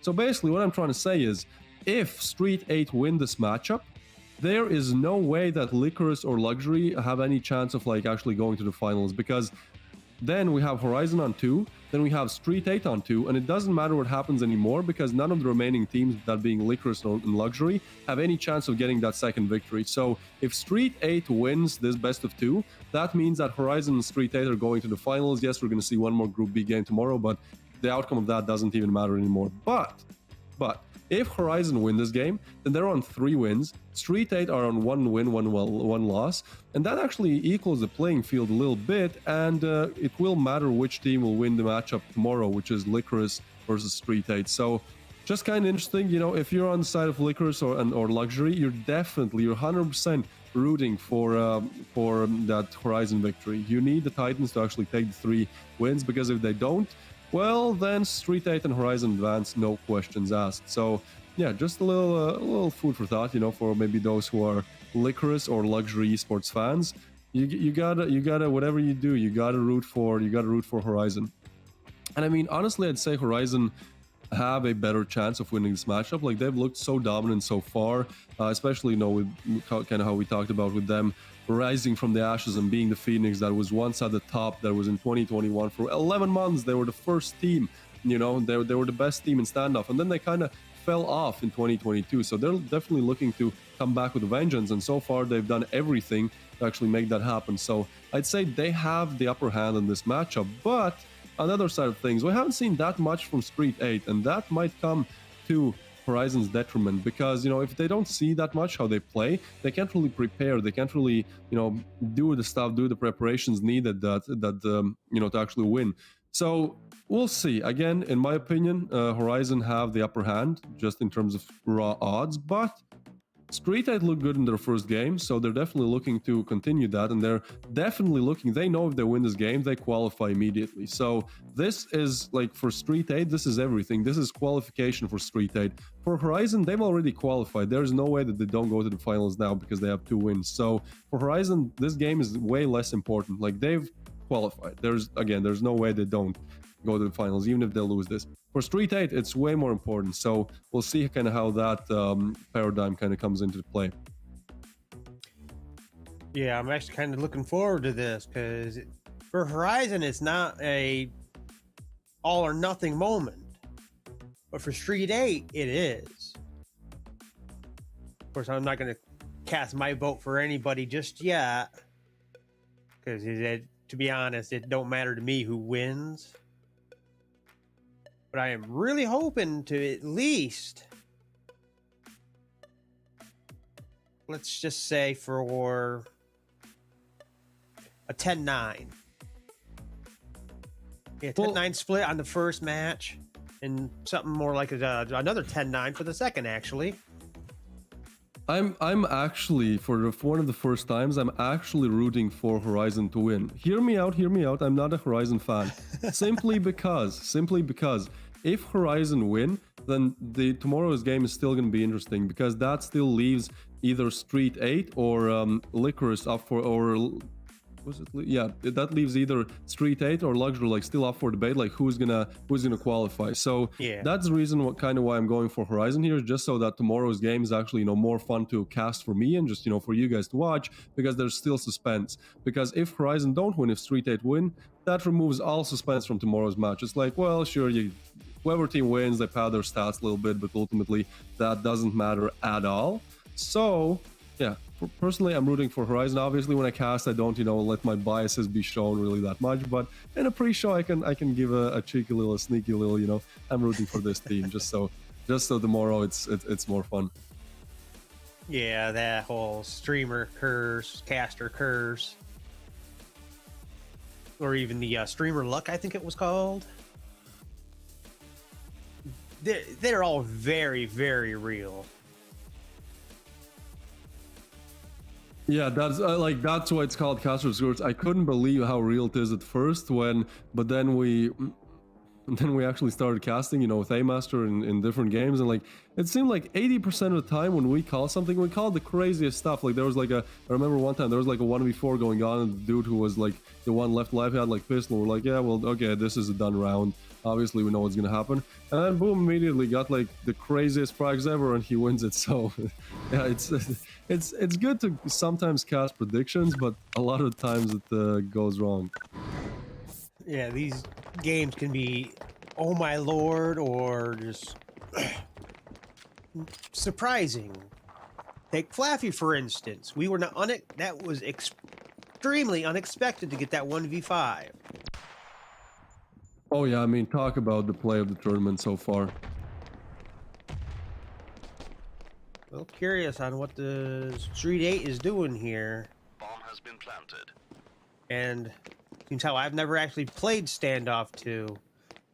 When you're peeking through that door on the spectator side, as well, we can see, does the other players see that?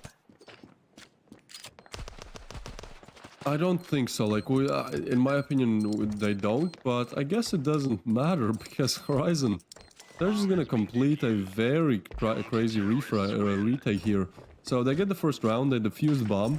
STREETEIGHT, I mean, they look good. They planted the bomb, so that's some more cash money bucks in your system, in your inventory, if you're STREETEIGHT. But planting the bomb is not exactly winning the round. So HorizoN, they do get the first one here. It's gonna be a long way to go. Still, they need at least they need pretty much 19 rounds here to actually win.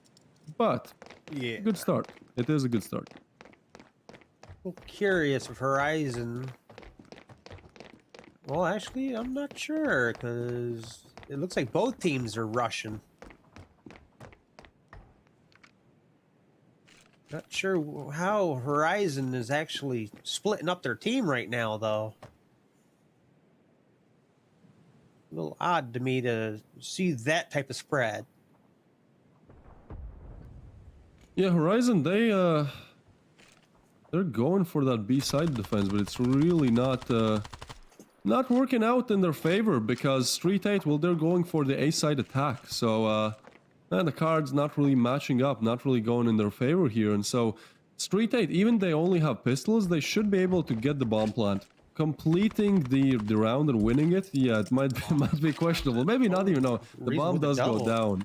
Yeah, but RevialGG just, you know, getting those eco frags, spraying everyone down. They know where one more player is because he planted the bomb, so he has to be there. So SLV really no way out of that. And so can get this fourth. Yeah, and he does. That was 4 kills for RevialGG right there. I would really love to see that replay. I think it was at least 4. No, he got a double and then 2 more kills. That's what you call an eco frag. I mean, props to RevialGG again, but yeah, nice quad there. Getting them lining up, making sure that they don't lose one of the easiest rounds to win in the game, the one after your pistol win. So, yeah. STREETEIGHT, they are on full rifles, full utility, full Kevlar, full everything now. And, well, you can be on full speed if you see this promo code, because you need to get a skin. If you want to, I mean, just go for it. You need to be fast, but you will be able to get a skin, yeah, if you enter it in the game. This is worth having that second device.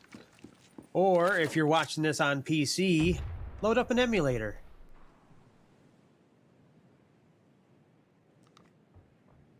I'm not look at this angle. It, but...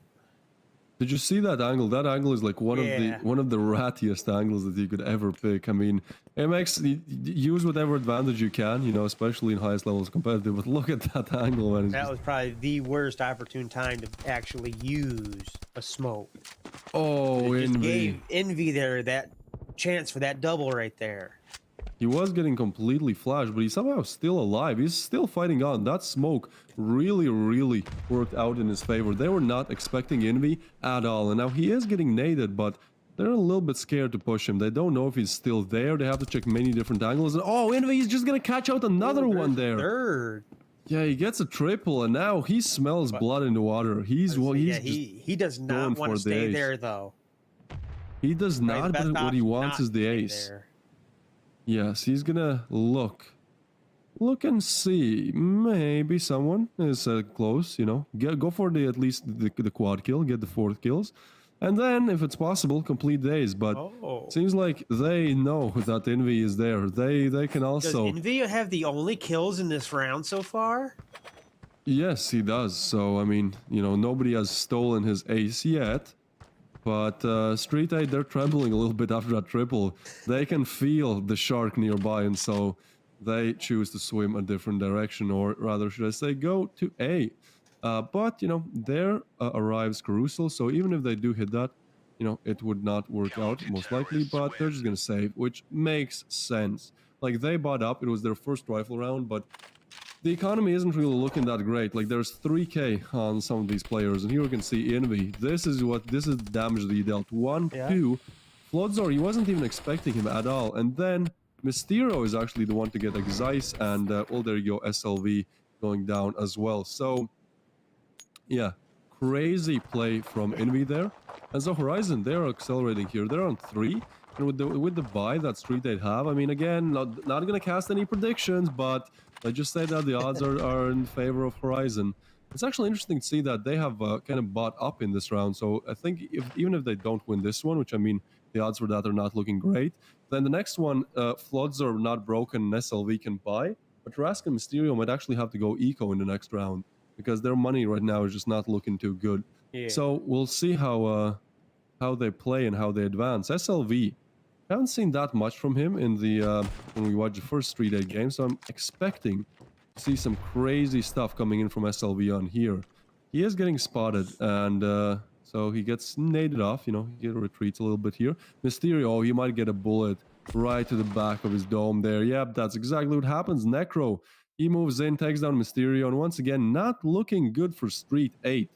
I don't know, there hasn't been a single round where like, yeah, this should be their round. So, I mean, it's still early. We're only like watching the technically second rifle round. So, you know, they still have a lot of room for improvement. They still have a lot of time to find their stride here. Yeah, they can actually. Well, there goes Broken for double right there. So let's see if he can't get a third.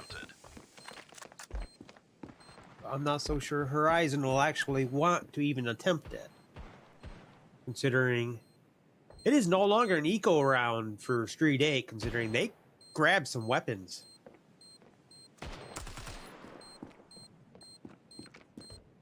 I mean, this is looking good now. Finally, a round where, yeah, Street 8, now I can say this is looking good for them. It's looking like they should win this round. That nade is big, but is it big enough? What is... Wait, what? I did not see the kill feed on that. I'm sorry, everybody. Wait, what? I just noticed everybody died. That was a... That was a 3v4.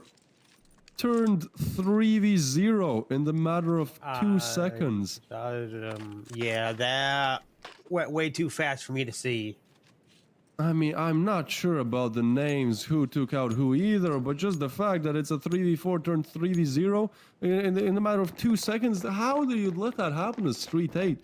I mean, I guess you can call luck. You can say, you know, it was a little bit unlucky, but... Guys, Street 8. That was intense. How do you come back from that morale killer? Yeah, if you want to win, Street 8, you gotta do something here. I just noticed what Broken has. There you go. We have an AWM. We have a sniper rifle now.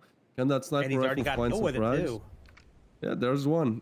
Again, every single time, almost every single time. I know I'm selling the sniper hard, but every single time that we see it, you know, someone actually gets a kill. So, I mean, just saying, if somebody's listening in, you know, go, please buy it. I like those sniper clips. RevialGG, however, he likes to hold this ratty angle and he gets Mysterio. That is pretty big. Good play by RevialGG. There again, you gotta use any advantage that you have. You know, it doesn't matter if you're camping, it doesn't matter. A kill is a kill, a round is a round, and a game is a game. So, you know, use all the advantage that you can. He does look away at the wrong time, so SLV is going to take him down. And so we are on to a 3v3. That sniper is still in picture, but Necro, he hears something, all right, and he takes down one. That's a free kill. Floods are not being careful. And meanwhile, SLV does get a refrag. Almost a double there, but Envy stands strong, so not broken. Oh, we might be able to get this. Let's see if actually... they go for the peak. Necro is playing it carefully, though. No. Smart now he's move. gonna lose. He would have won the clutch. I think it was a smart move to actually... I agree that it was the smart move, but it wasn't, you know, in terms of superstition, it wasn't a good move. Yeah. Always in a 1v2, always keep playing with the sniper, even though, of course, having a rifle is better, because if you're playing pretty much, you know, 2 1v1 gun duels, it's just better to have a rifle, because if you miss your shot with the sniper, it's all over. But at the same time, you know, sometimes you just gotta stay with the AWM. I guess the same rule applies for the rifle, though. If you miss that first shot, you might be a little on the screwed side. That's true, but at least, like, you can, like, if you miss your first shot, you can at least readjust your crosshair and you'll still have a chance. If you miss your sniper shot, it takes, what, like 2-3 seconds to kind of go for the prepare for the next one, you know, for the gun to be ready. So with a sniper, especially in close range, it is over. What is not over is this HorizoN's insane win so far. So Street 8 are on pistols. They have taken the site, but they haven't even planted the bomb yet, and everyone on HorizoN's side is... too soon, they just planted. Yep, they're next to the bomb. Oh, and Rask is actually able to get a headshot on Envy there. So, it's looking good, but I mean, it looked very good in that 3v4 as well, and they just got completely obliterated. So they're gonna hold it close range, which makes sense with pistols. Oh, and they're holding a crossfire, so that is very smart. Oh, but that's big by SLV. Double. But they're still fighting on. He'll have to complete the quad here. Has already gotten 2, and the time is actually running low. So, it is possible. He does get 1, but RevialGG does come in now. Does he have enough time? The defuse is coming in. He has the kid. It seems like, yeah, that's just going to be a 6th one for HorizoN. They are so far flawless in this. Street 8, they have their moments. They've had like 2 or 3 rounds where I think they're, you know, the odds are in their favor. But HorizoN are just better. But they just don't grab at them. Yeah, they need to start, you know, start taking these opportunities and winning them. Like, this is already looking very bad for them, but, you know, at least get some rounds, get the round balance up. Even if this game is pretty much lost, at least you can get some rounds, and then, you know, that gives you a better chance at winning the next one, or at least, you know, Just improve your round balance. Like, since this is a best of 2 in the groups, like, just improving your round balance is gonna do a lot here. So, you know, go for it. Why not? Yeah, that's... Oh, I think I just saw a Karambit kill. We get another knife. We get another stabby. You'll love to see it. I hope we get a replay on that. He's he's gonna jiggle the Karambit around. I mean, I would if I got a knife kill. Yeah, I've always been amazed at some of the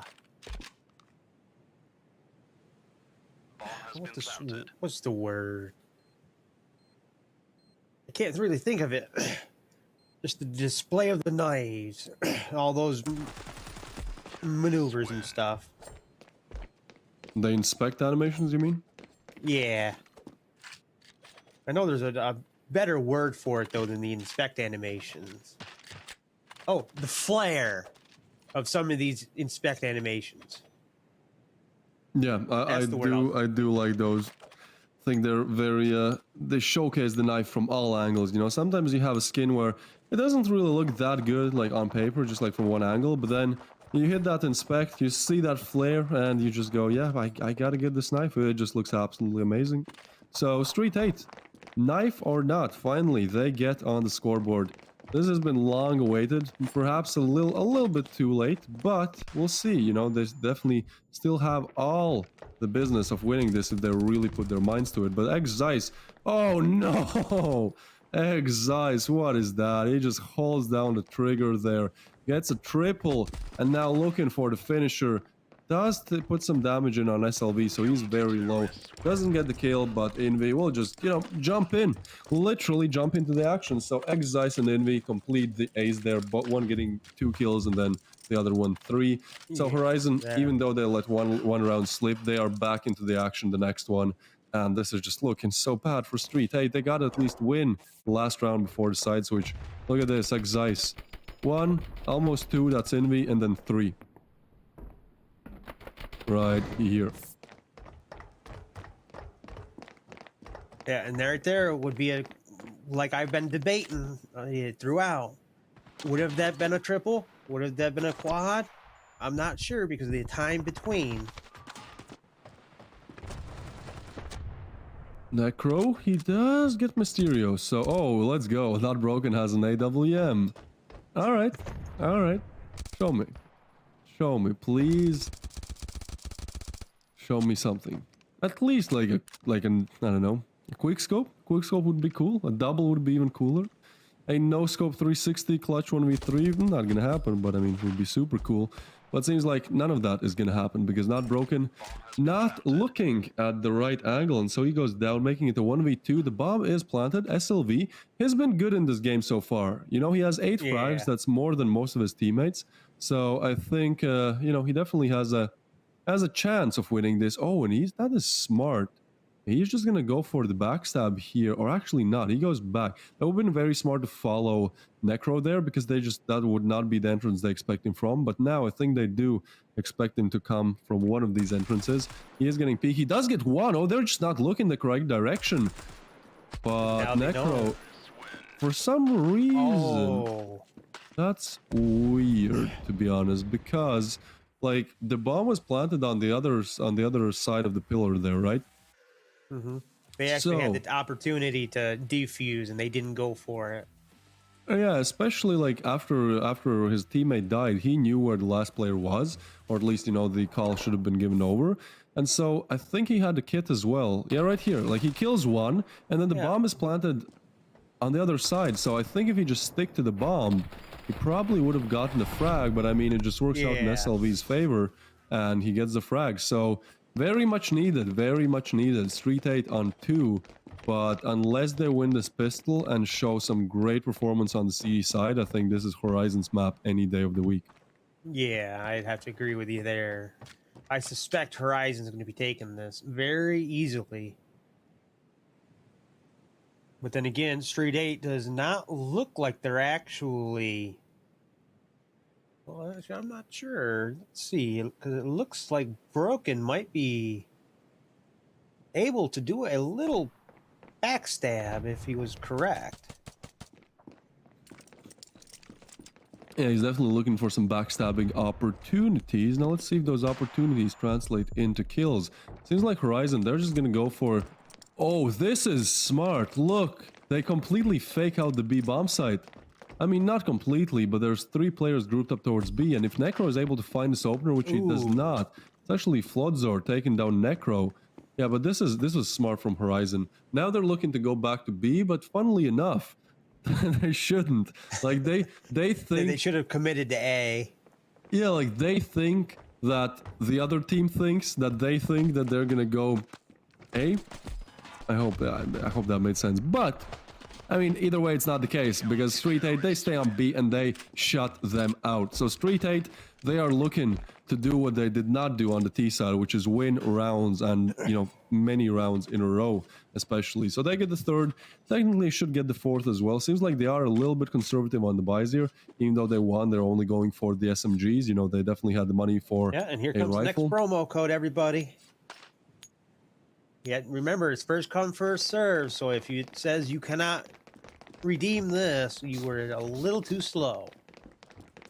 That's why I keep, we say get that second device ready, or if you're watching this on PC, go grab an emulator. Just be quick. Whatever you do, be quick. The quickest one wins here.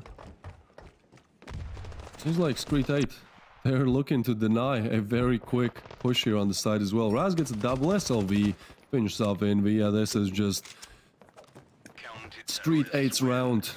Any day, any day. Necro goes down as well, and so STREETEIGHT, they are shortening the lead here. They are slowly making the comeback, and they are on the CD side. So even though it's not looking great yet, I see a world. I definitely see a world where it's possible to, if not win the game, at least, you know, make it a very close one. Now it definitely looks better on the scoreboard than the 2-7, 1-7 actually that we saw before. So HorizoN are going to buy up, so this is the first real rifle round, and let's see if HorizoN are able to finish off as good as they started, or if STREETEIGHT, we're looking at a potential contender for that second spot in the Group B to go to the finals. Yeah, and right there's a good nade kill for Mysterio. But can they pick this? Yeah, keep this up though. A little curious if STREETEIGHT can make this comeback like I'm suspecting they're at least trying to.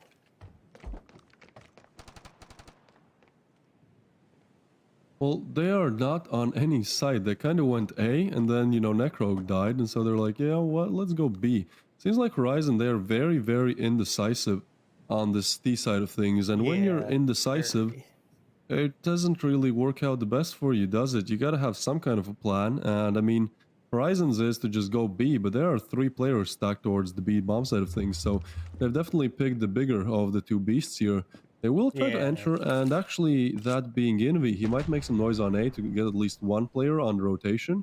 But honestly, I feel like whichever bomb side they pick, they will have to stand their ground. Oh, and, Envy's actually rushing A. But he's taken out by Flo, though. Well, I think that's no. STREETEIGHT are very good at calling these fakes. Very, very good. Because Envy got a kill there and none of them moved. None of the B players moved. That's very interesting to see. So, I mean, HorizoN, they are still not even close to the bomb site. Raska's taken up map control that normally is in the possession of the T's. And with the only one being RevialGG, well, there's not much that he can do. Rask takes him out as well. So STREETEIGHT, very, very dominant on the CD side. I mean, HorizoN haven't even gotten a single round. And now the fun starts to begin. The fun starts to begin if you're on this, if you're a STREETEIGHT fan. Because HorizoN, they are going, well, force. There's a shotgun on Envy. I'll want to see that one in action on the T side. But yeah, HorizoN, they're just almost like, STREETEIGHT have almost closed the gap here. They only need 2 more and will theoretically 1 because like those Tech 9s, what can they really do? And with them being kind of indecisive, we've seen a couple double kills, triple kills with them. Yeah, it's just going to be hard. It's simply going to be hard for HorizoN to do much here. They are going to push the B bomb site, which, I mean, there's 3 players there, almost 4 now. And Rask, he is close range, so those pistols might be just as deadly as a rifle. He pulls out the pistol himself, but RevialGG actually takes him down. So now a 2v4 situation, and STREETEIGHT, they're just not letting HorizoN get any kind of in this CT side of the game here. SLV takes down Necro, so RevialGG once again the only one left alive. And I mean, it's just, what can he do? He does, oh, that's a big kill. Okay, I like that kill. Respect for that kill. I have no idea how he connected that one. Just completely flashed, peeks out, gets the first bullet straight to the dome there. But I mean, nothing much that he can do after that. 3 players sandwiching him, he goes down. And so STREETEIGHT shortening the gap as close as you really can. They're looking at equalizing the scoreline here. And I mean, with HorizoN not being able to pull together a single T-side round. Pause. Yeah, they're going to take a tactical pause, going to talk over their errors and mistakes in the previous rounds. Yeah, this does not surprise me at all. This is probably the best time to take a pause because they're not evenly matched just yet.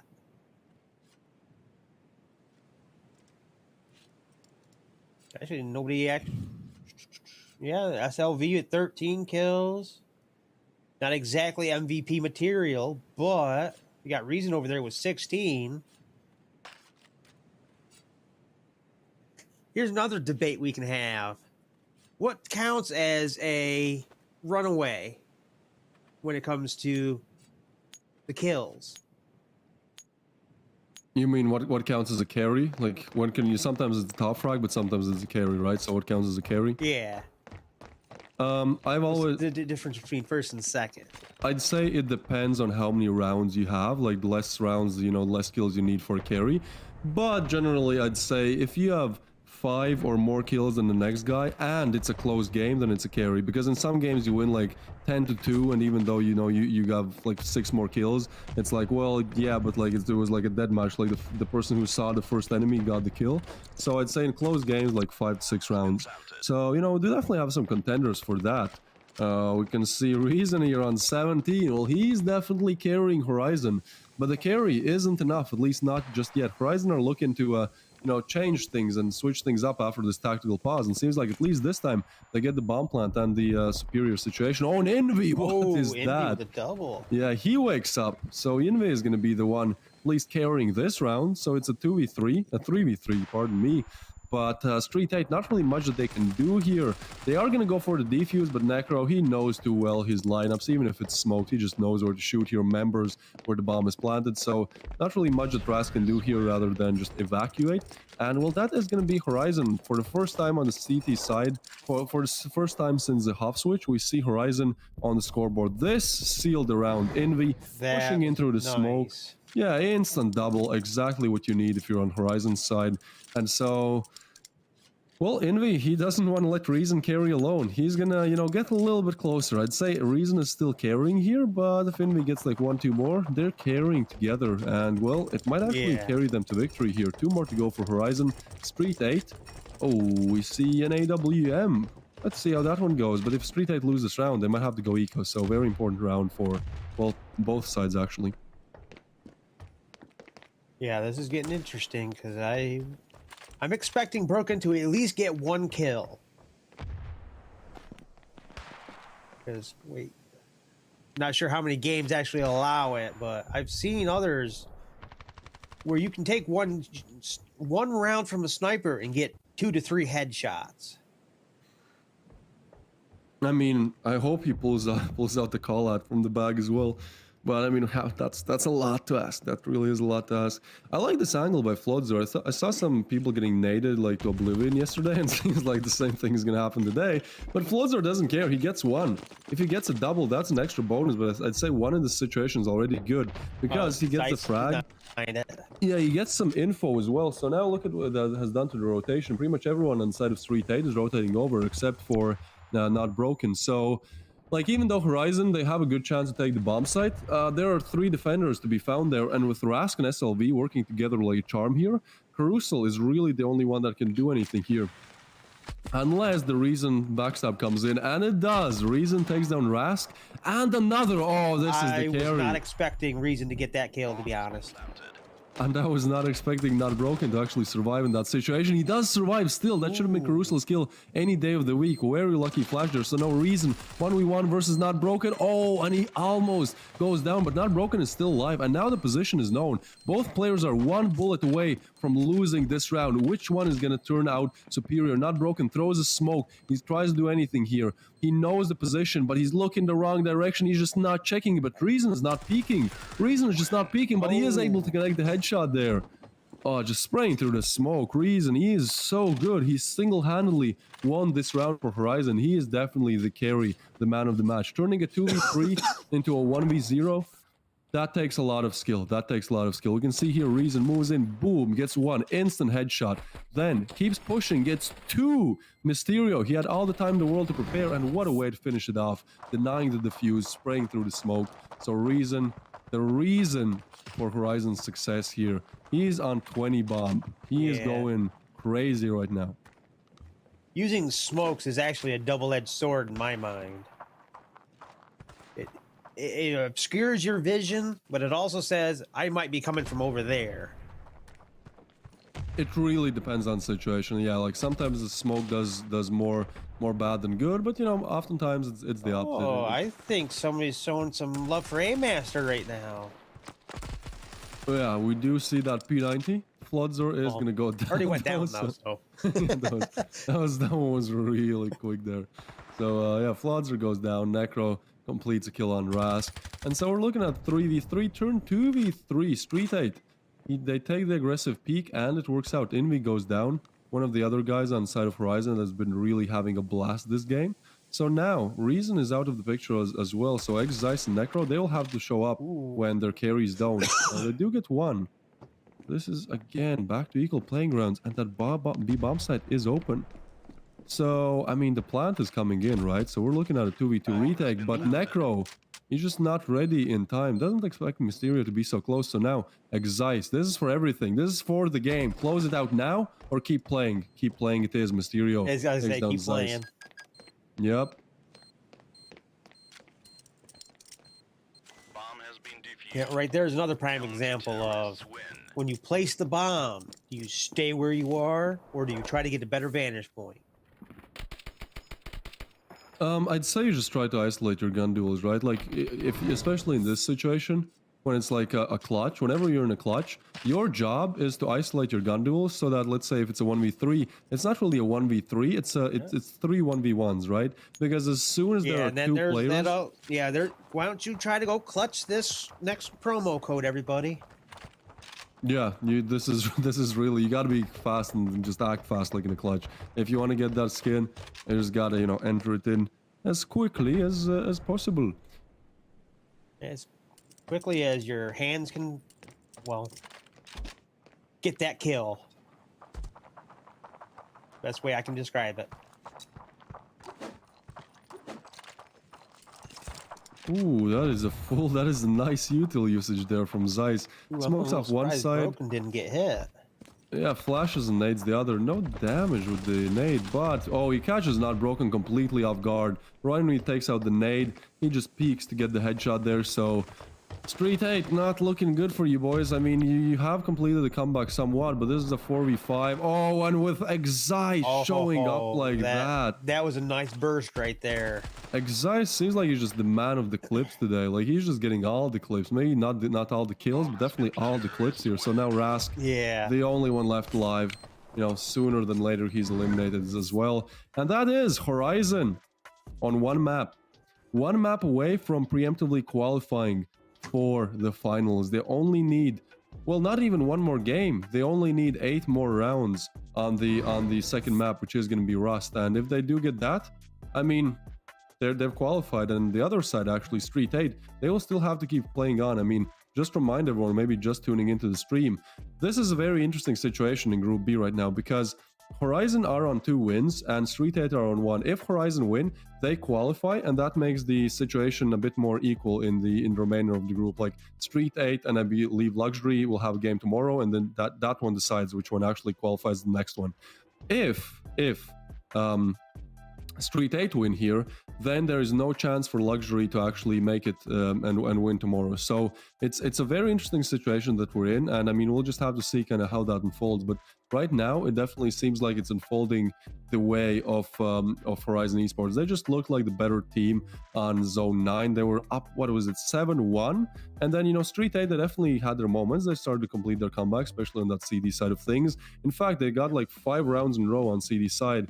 But then, once again, we see this thing on Zone 9, where whenever the T side calls a timeout, somehow they're able to calm down their mental and just go full focus and just, you know, win it out. So, yeah, props to HorizoN for doing that, you know, for not letting Street 8 complete the comeback. And we'll see. We shall see what happens on the second one. It's going to be Rust. It's going to be a lot of action, a lot of fun. Yeah, those tactical pauses is what I call them. If it's done at the absolute right moment, you can kill the momentum of the opposition right there and then. Or they still have the momentum, but you just steamroll them. Yeah, the whole concept of the general just gave his speech that kind of won the match. Well, we will see. We will see how that goes. I mean, Rust, we already saw one Rust game today, and it was a lot of fun. We saw some pretty crazy plays, especially I liked how on that B-bomb side of things in the first game. Team was it? Whichever team was on the T side, they just rushed in every single time, like 4 rounds in a row, and they just did their best at taking it. It seemed like it was very hard to actually deny the push. It was absolute. There you go, absolute. In the first game, they just kept pushing that B bomb set. It was almost impossible for DeathOrGlory to do anything there. So I am hoping to see some of that in this game as well. Granted, either of these teams could have prepared anti-strats for that, but I mean, what they didn't prepare for, at least what Street 8 didn't prepare for, was this HorizoN performance. Because look at this, HorizoN early on very dominant. Envy, this crazy double, actually a triple later on in the round. There you go, that's a triple. And yeah, at first it seemed like Street 8 just didn't have any answers for HorizoN's advances and actually denials of bomb site takings here. Like Necro here, hearing some people, and then SLV, you know, doing crazy stuff as well. But then, actually, at one point, closer to the end of the first half, things started to change. Street 8 found their first round. I believe it was the 7th round that Street 8 finally won. And even though they didn't look that confident, at least they got one. And, you know, again, once you get the one in, it's oftentimes easier to get the next one. So here we can see after the side switch very soon, it's actually Street 8 starting to pull things together. Like here it's what, a 7-1 scoreline. Then SLV does this clutch where he has absolutely no business to actually win it. Just like kind of a miscalculation from HorizoN. But then, look at this. It was 2-7, immediately 4-7, 5-7, Street 8 pulling back quickly. And so HorizoN really didn't have any answer for how to approach either the A or B bomb side. But what they did have an answer for is how to approach their mental. So they call a timeout. And somehow, you know, RevialGG with this crazy triple here that wins them the round. And overall, them just coming back was very exciting to see, as Street 8 really seemed like they're going to take the match by storm here on the CD side. Yeah, it is always amazing what just one little 1-minute pause will do to a team. Whether that be screw over their teamwork, mess with their teamwork, yeah, just screw them over, or improve it by loads like we just saw. I feel like taking the tactical pause is always a good call, right? Like, if you're winning heavily, or if you're losing heavily, more accurately, like, you get really caught up in your emotions. If you're winning, normally you don't call tactical pauses, but I've seen that too. But like, if you're losing, and you're losing round after round after round, and it just doesn't look too good for you, you know, you get really like, these emotions just rushing over you, right? And so it is smart to actually call the tactical pause and let your thoughts calm down a little bit, let your emotions calm down a little bit, and then you can approach the game from like a more rational perspective once again, and just, you know, be able to actually win it out and clutch it out. So yeah, HorizoN did exactly just that. Now we'll have to see if that kind of carries over in this game, or if Street 8 are actually gonna get their second win in this group stage here. Pistol round underway, A bomb site under attack, and Necro, if he is finding Floods are here with a nice headshot. So things are starting to look good for HorizoN once again. I mean, they get the first kill of the match. That's like a, you know, not really the biggest of things, but it matters. It definitely does matter, especially if your teammates are able to go on and find some others. Yeah, it's a nice morale boost to get that first kill. Especially in this level of gameplay. Considering for HorizoN, it's not all an all or nothing moment, but it also is. Because if they win this, they're cinched.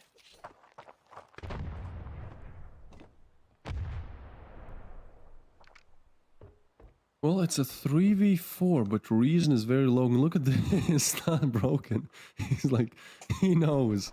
He knows. Knowing isn't winning, but he knows. He definitely has some info about the whereabouts of these players. Still, HorizoN hasn't pushed up. Even though it's a 2v4, they're struggling a little bit here. Not Broken actually goes for the aggressive peek, but Envy is able to eliminate one. So now only Mysterio left alive, and that's a very, very dominant pistol round there coming in from HorizoN. 4-0 in the pistol, not ideal. Not what you want to see if you're STREETEIGHT, especially if you're on the CD side of things. And just before they actually got into the next round here, they planted that bomb for that extra boost to their economy. Yeah, they just have everything going their way in the pistol. And I mean, we've seen some upsets, especially in the second round of things when you least expected. We've seen, like, in the first game today, you know, absolutely demolishing DeathOrGlory only on pistols. But I would guess, I'm not going to predict anything as we know how that goes, but I would guess that this is HorizoN's round. Now, they are just stacking the B bomb site. And I mean, HorizoN, they are going towards A, so it should work out in their favor. Unless, you know, if they meet that one player that being not broken on A, they might expect it to be an A stack, because normally, again, if you're on CD side and you have to go eco, you just stack one bomb site and, you know, pray for that 50-50. So there is some kind of a world where they see not broken and then just rotate over towards B thinking it's clear. But not broken is not even on site, so I think we're just going to see a 5v5 retake. I think he's just kind of cutting off rotations, you know, just waiting for any info, maybe waiting for some sound cues. Just, you know, if you have 4 players towards A and you have the better riflery and better utility, you can, you know, lend one player towards that other side of the map to just kind of play for info, take on that lurker role.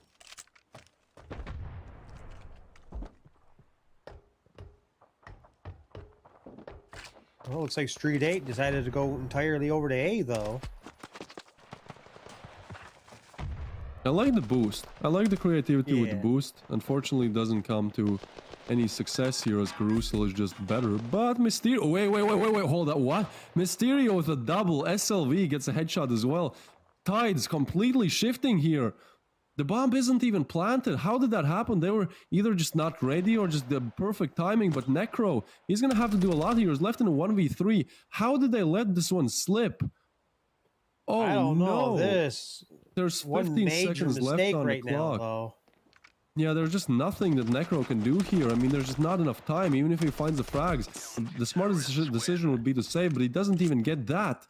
He doesn't get anything. HorizoN, how do you let this one go? I hope we see like some kind of replay so we kind of see how that went down, because they were looking so good. They were on the side. They were pretty much planting the bomb. Looking decent.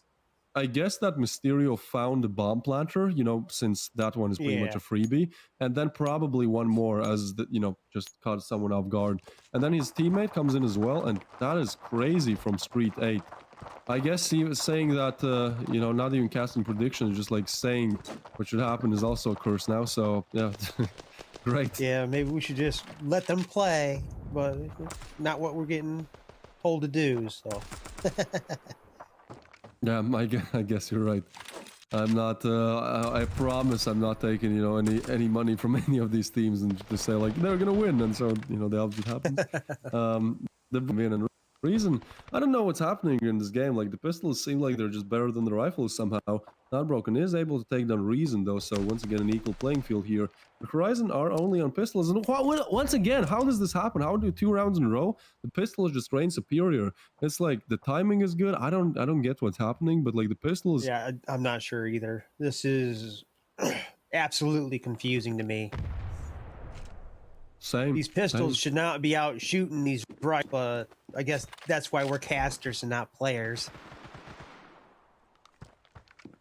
Yeah, that's, I mean, whatever the players are doing, they're doing it correctly. Rask is able to shut down one though, so, you know, the B bomb site is getting, not getting contested, at least not for this round. It seems like they're actually going to move towards B, but yeah, very quickly, everyone on the side of HorizoN gets eliminated, even though they get 2 kills, 2 opener kills with pistols. Call them lucky, call them timing, call them whatever you want. Seems like STREETEIGHT are not gonna do what HorizoN did and lose an eco, and Rex Zeiss just not checking the only corner he should have checked. Floodzor catches him off guard. So nothing to bring over into the next round for HorizoN, although I think they will be, yeah, they're buying rifles now, so we're heading into our first real rifle round here. A little curious if everybody's going to actually... No, everybody can't fully kit just yet.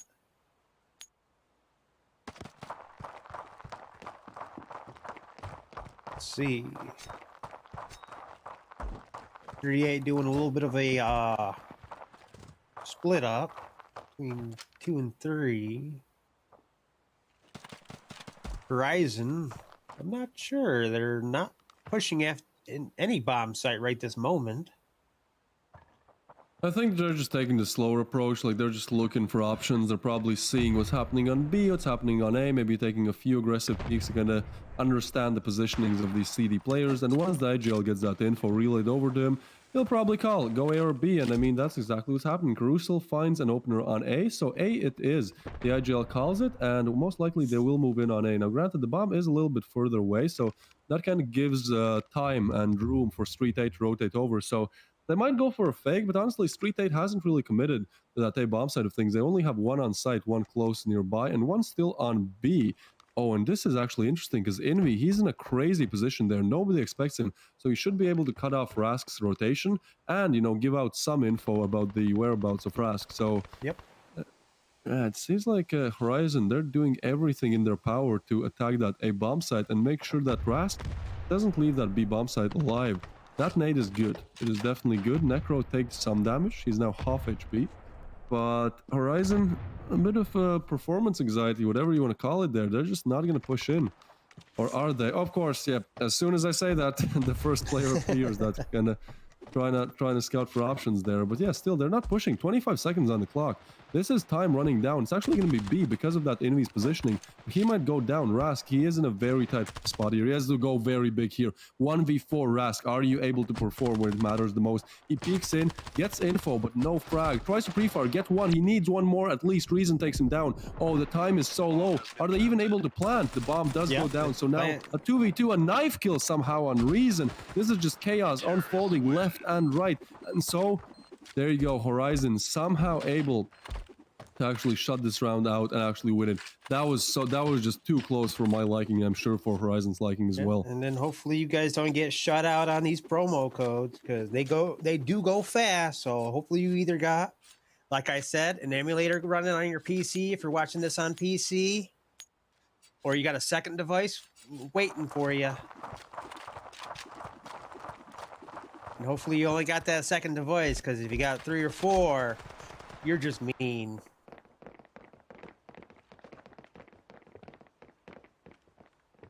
I like Zeiss, what he's doing here. He's just trying to hold mid and not even go for peaks, but just make sure that STREETEIGHT don't, right? Like, he's kind of expecting that aggressive playstyle from CTs that sometimes happens, you know, sometimes you just get aggressive on the CT side because people don't expect it, but I mean, they do, right? Because Zeiss, well, he is definitely expecting something there. Oh, and this is so aggressive from Floodzor. He's actually throwing some nades. He did get spotted, but he just keeps on peeking and somehow gets the frag. So RevialGG goes down. The crazy player that we saw in Envy on with the first that game. nice toss. Yeah, and so another one goes down due to a nade. We see those nade frags a lot, and I mean, they must be the most frustrating if you're on the receiving end of that, because it's just like, there's nothing. It wasn't that my aim failed, my positioning failed, like my luck failed, you know? I'm guessing that's another one of the developer side. How much damage should a grenade do depending on where it lands? Well, in my opinion, like if you're in the blast radius, and I'd say that's like, 5 meters, then it should do a chunk of damage, but it shouldn't extend really like too far out after that. Like I feel like if you're like 7-10 meters away, you probably aren't really taking any damage, are you? Now again, I was never in the army, so correct me, but Yeah, and then you also got to take into consideration the concussion blast and the shrapnel. yeah, but I think like that's a good word to say. Shrapnels are a bit too advanced, for this Yeah. kind of gameplay. That would also increase the RNG factor by a lot. I feel like the bomb does go down, so now it's 3v3.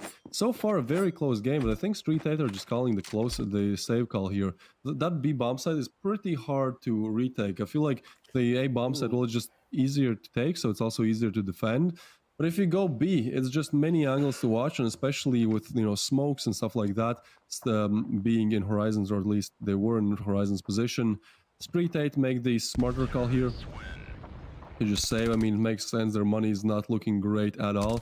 They'll probably I like enter. Rask's position right here. That's an angle you just. That's not an angle you want to find yourself on the opposing end of, is it? So yeah, we're not even looking at a full buy for STREETEIGHT in the 6th round of play here. They're going to opt for a shoddy, which can prove very deadly on that CD side in close ranges. Just more of a weapon where, there's one type of use for it, which is close range.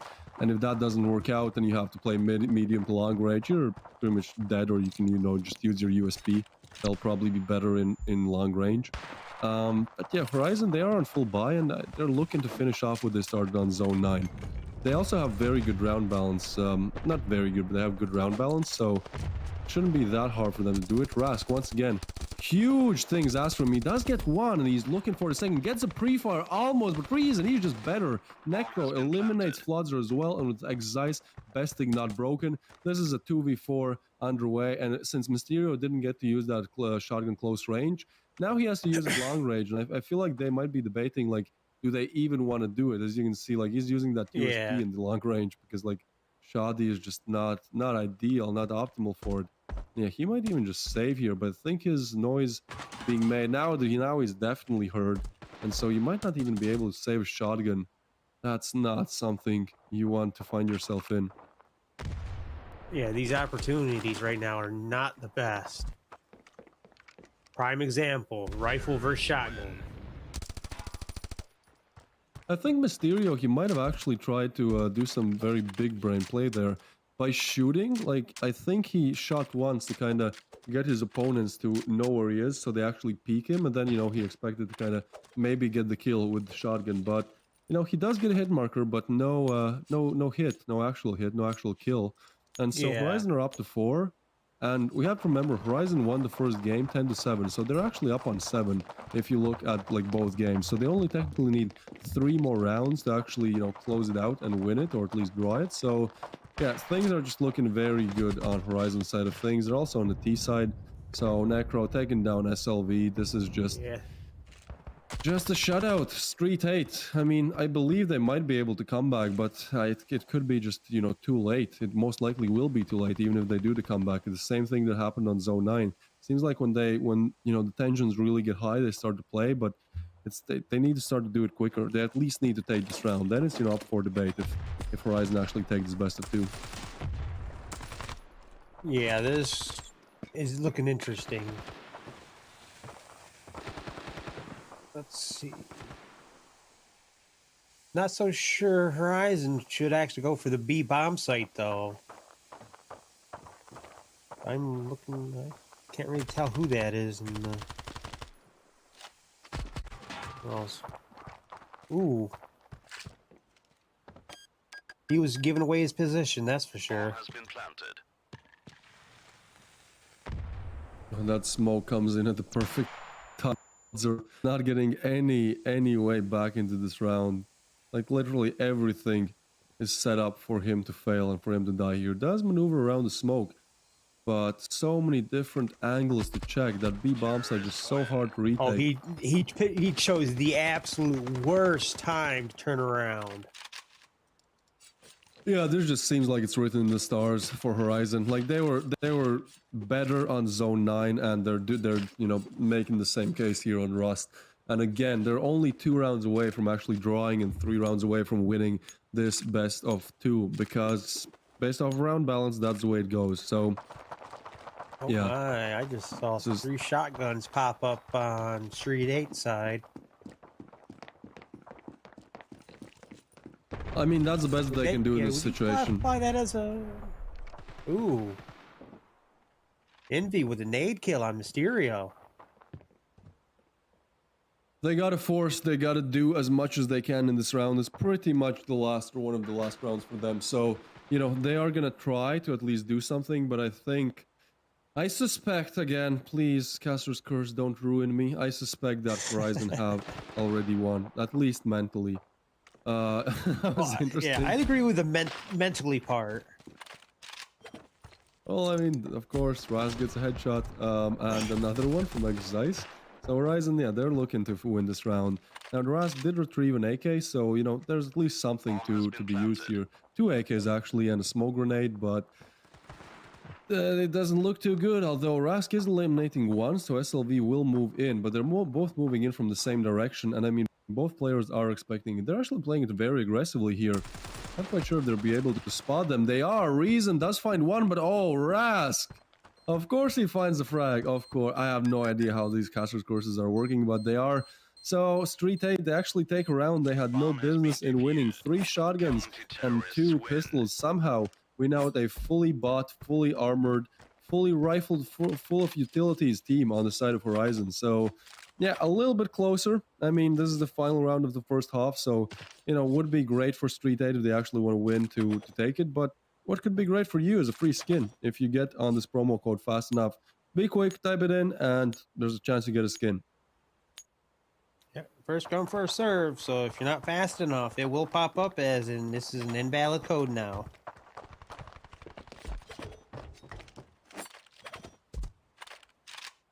Can't really say if they're gonna rush A, but it does look like yeah, HorizoN is at least thinking about it.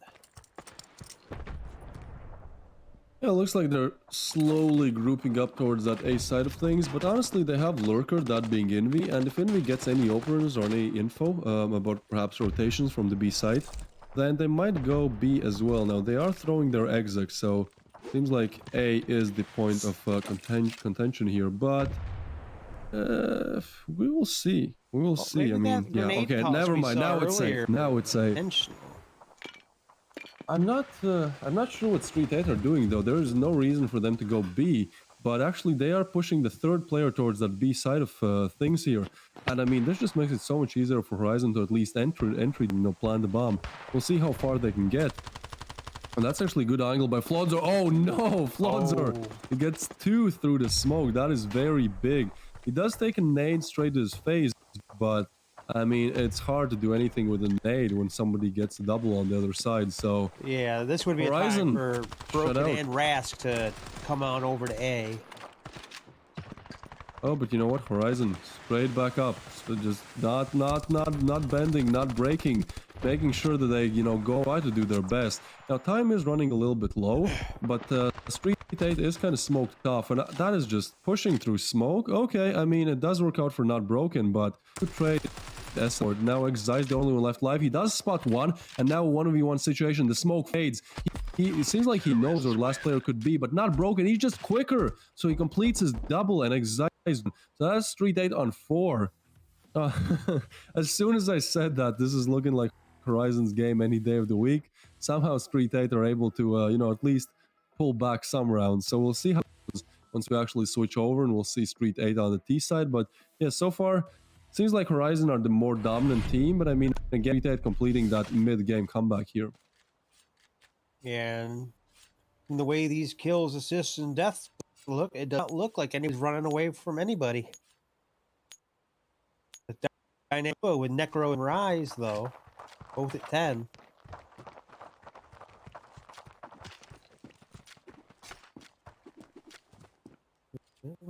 Be this one. Or not exactly rushing over to it, but getting there. Yeah, they're just grouping up towards B. There's a one on the Pro and Exice. For some reason, HorizoN think it's A. I mean, they haven't really seen or heard anything yet, so fair enough. But yeah, Necro, he's gonna have a lot to do on his to-do list, right any second. They are flashing, now rotations are coming in, but STREETEIGHT, they're just storm side. Nothing actually found yet. And Exice, that is big from him, gets a double. Not broken, actually able to take down Exice. So now back to the 2v3 here. STREETEIGHT, they desperately need this round if they want to have any chance back in this game. They desperately need this round. I'm a little curious who's going to be taken out first.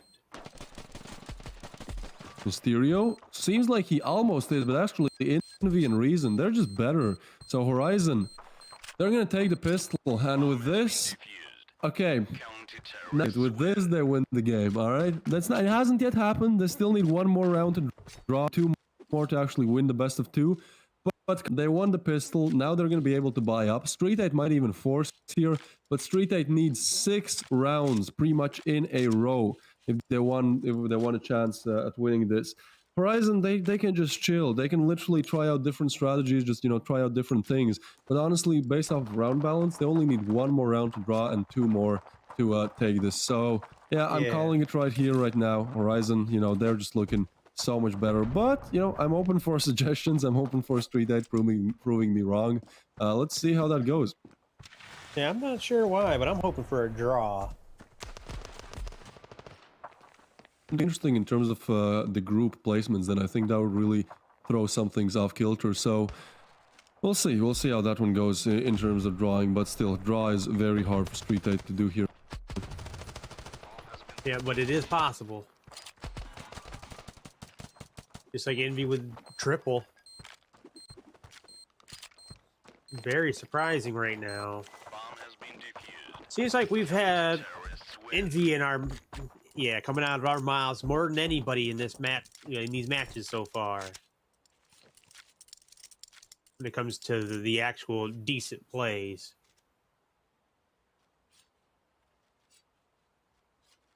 Well, that is HorizoN on 7. Now they're just playing for the win here. They already have secured a draw.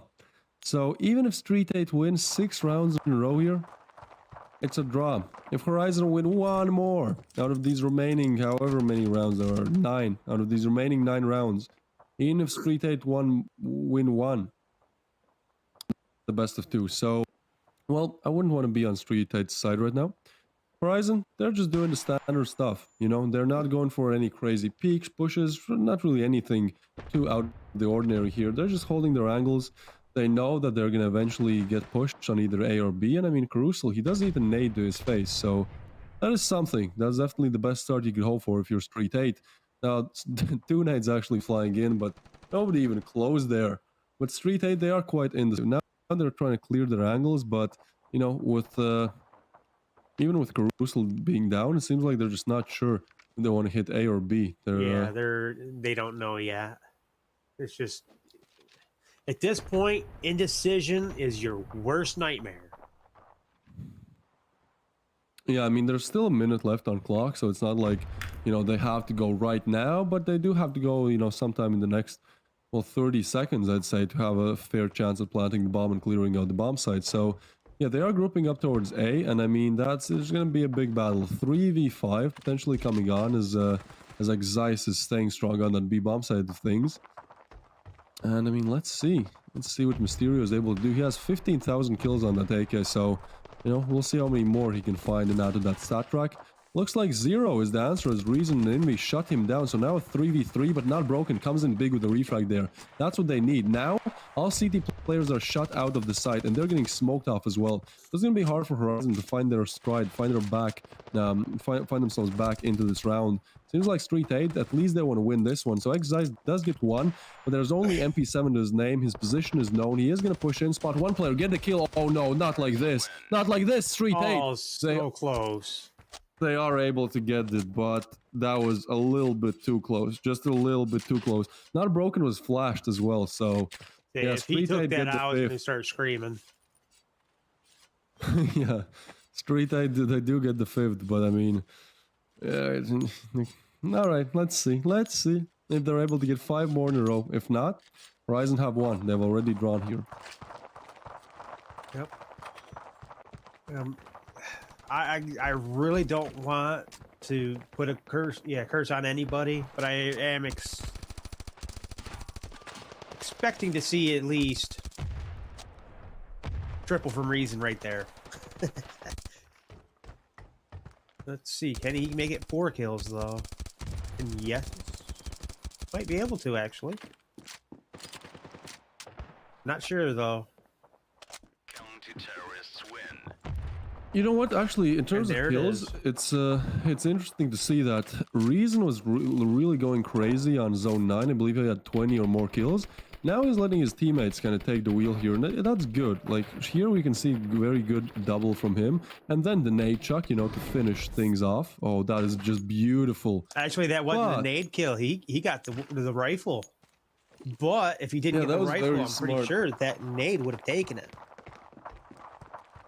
I actually think that the nade dealt some damage, and then he just with the rifle. So that's beautiful from RevialGG.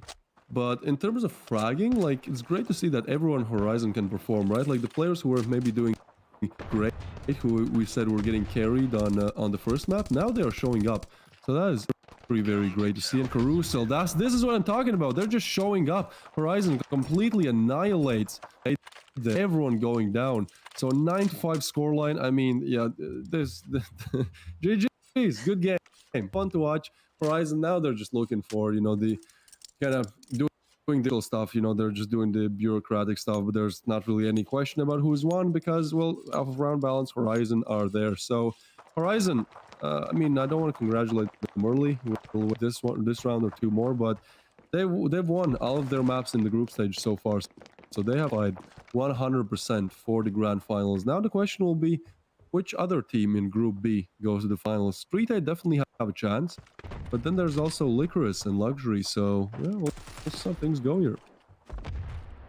Yeah, I'm a little curious because HorizoN is 9-5 right now, so I would love to see a 9-10, even though it no longer matters. But I would still love to see it.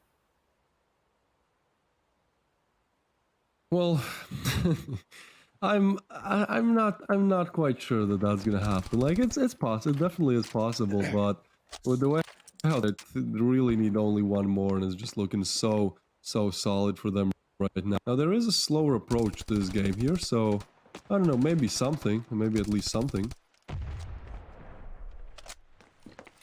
Yeah, I see HorizoN winning this right now.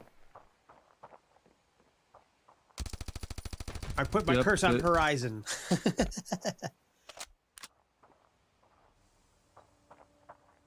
Well, there really isn't any other possibility, is there? I mean, it's a 2v5, and Rask and Floodzer, they've been great individual plays, but they just haven't been that great where I can even assume that they're going to clutch it. Obviously, when I say that, you know, they get at least 1 kill, but ultimately, I don't think that's going to prove any use here. There's 25 seconds left on the clock. HorizoN pretty much know that it's going to be the A-bomb site, so there's 4 players on it. Floodzer does get another one, so perhaps the bomb plant is going to come in, or that nade is going to shut everything off. Rask does get 1 kill while flash, but there's 10 seconds on the clock. As soon as he starts planting, he'll get peaked, so there's really no way for him out of this. And I mean, yeah, there was no win in that one. Yeah, with that, HorizoN takes it 2-0. Fair enough. I'd say in terms of performance and in terms of how teams have played, this was the most dominant game that we've seen so far. HorizoN have just looked so good throughout this whole group stage, and I mean, here against STREETEIGHT, they just showed us once again, you know, what they're made of. They definitely want to complete this crazy like performance that they wanted to complete this comeback, you know, that they had in 2021, and they were the best team for like 11 months. They want to do that again, and we can see that, we can smell it, we can, like, everything is screaming that they were so good today. So with that, we complete the 5th day of the group stage, and well, there's only 1 more day left, and so far I can tell you the results a little bit. I can note of them just to make sure that I know, you know, who's going to the finals and who's not. And so far the situation is as follows. So in Group A, RevialGG has 3 wins, so they're going to the finals. Then we have DeathOrGlory, who lost all 3 of their games, so they're definitely not going to the finals. And then we have Saints and Absolute, and there's one more slot for going to the finals from Group A. So Saints and Absolute both have 1 win-loss. So tomorrow they're going to play each other, and whichever team wins in that matchup, Saints against Absolute, will go to the finals. So, I mean, that's going to be very interesting. First game for tomorrow. Here we can see the highlights. Personally, I think it was a lot of fun. Like, STREETEIGHT obviously tried, but HorizoN just seemed like the better team here. You know, just proving what he should do. SLV as well. Not really much that they were able to do. I mean, STREETEIGHT, they did start up, but then HorizoN, they were just more consistent. They were just able to win the rounds that, you know, were iffy, and that's ultimately what matters, right? Like, there were many rounds where it's like 50-50 chance, and then HorizoN, 1 player shows up, 2 players show up, and, you know, STREETEIGHT just really didn't have any answers for that. We did see some nice little performances, like from Flodzor here, where he shoots through the smoke, gets a double, but even around they were able to, I believe. So it's like, the individual skill might be there, but for STREETEIGHT to truly be called like tier 1, like top 3 material team, there just needs to be a little bit more added into the mix. Yeah, I could agree with you there. What we saw today was probably not STREETEIGHT's top tier, 100% balls to the wall gameplay. Yeah, I feel like, especially what we saw in the first game, STREETEIGHT, I feel like, you know, they definitely could have brought them to that same standard today, because today kind of fell short for me. Anyways, as I was saying, just kind of recapping the standings in the groups right now. So Revile are qualified for the finals. Then DeathOrGlory are out, so that's Group A, and then Saints and Absolute are playing tomorrow. Whichever wins tomorrow's matchup, Saints versus Absolute, goes to the finals. Then we have the other side of the coin, which is HorizoN in Group B. They've won 3 in a row as well, so congratulations, they made it to the finals. But then the remainder is actually interesting, because in this group, no team has lost 3 games yet. So Lycoris has lost 2, but they have 1 more game remaining. Luxury has lost 2, and then STREETEIGHT has lost as well. So we'll see how that goes, you know, once we get to the finals there. Right down to the nitty-gritty in these details, because there's only the 1 more day before the finals. So this is truly an all-or-nothing moment now. Yeah, as you can see, here are today's results. So DeathOrGlory 3 losses, good bottom of the group. Absolute still have a fighting chance. We'll see tomorrow against Saints. And then shutting out STREETEIGHT in a 2-0 fashion here. One of the most dominant, best of we've seen from HorizoN. So STREETEIGHT still have a fighting chance. Again, they you know, they have 1 win. Lycoris has 0, but they also have 1 more game to play, and then Luxury has 1 win as well, and it's ended for them. So if STREETEIGHT win tomorrow against Lycoris, then they make it to the finals. If Lycoris is miracle, or actually I shouldn't really say miracle, if Lycoris wins tomorrow in the matchup against STREETEIGHT, situation where there's 3 different teams, all of them are on 1 win. So that's going to be interesting to see, you know, how kind of the imbalance works and which team is able to take it. Yeah, tomorrow is going to be a very interesting day to watch. And hopefully it's going to be an absolutely epic time for us to cast on. I haven't had any opportunities to yell and wake up the entire neighborhood yet. Yeah, so again, here are the standings. I believe, yeah, they're updated. So this is what I'm talking about. Revile, they've made it to the finals. Then Saints and Absolute. Absolute actually have 1 less point, but again, they're going to match up against Saints tomorrow. So if they win, they go to the finals because they get more points from a victory. If they don't win, then Saints are going to the finals. So this is going to be everything in terms of who goes to the finals tomorrow. Saints Absolute, a very, very action-packed game, I'm sure, to watch. And then we should be able to take a look at Group B any second now. But yeah, in Group B, the situation is a bit more confusing, where HorizoN, well, they have 6 points. They have the most points out of both the group to the finals. Then 1 win, Luxury on 1 win, and Lycoris on 0. But Lycoris wins tomorrow, well, then everyone is on 2 points. And if everyone is on 2 points, then I believe it's off of round balance. If STREETEIGHT win tomorrow, then they have 4 points, and they're going to the finals. Luxury and Lycoris is out. So if you're Luxury, the tournament has ended for you already, unless some crazy miracle happens. Lycoris wins Street 8, and then you actually go to the finals due to round balance. Here is the schedule for tomorrow.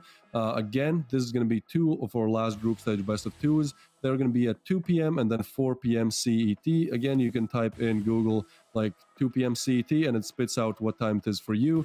So the first matchup is going to be Saints versus Absolute. A very, very close game goes to the finals.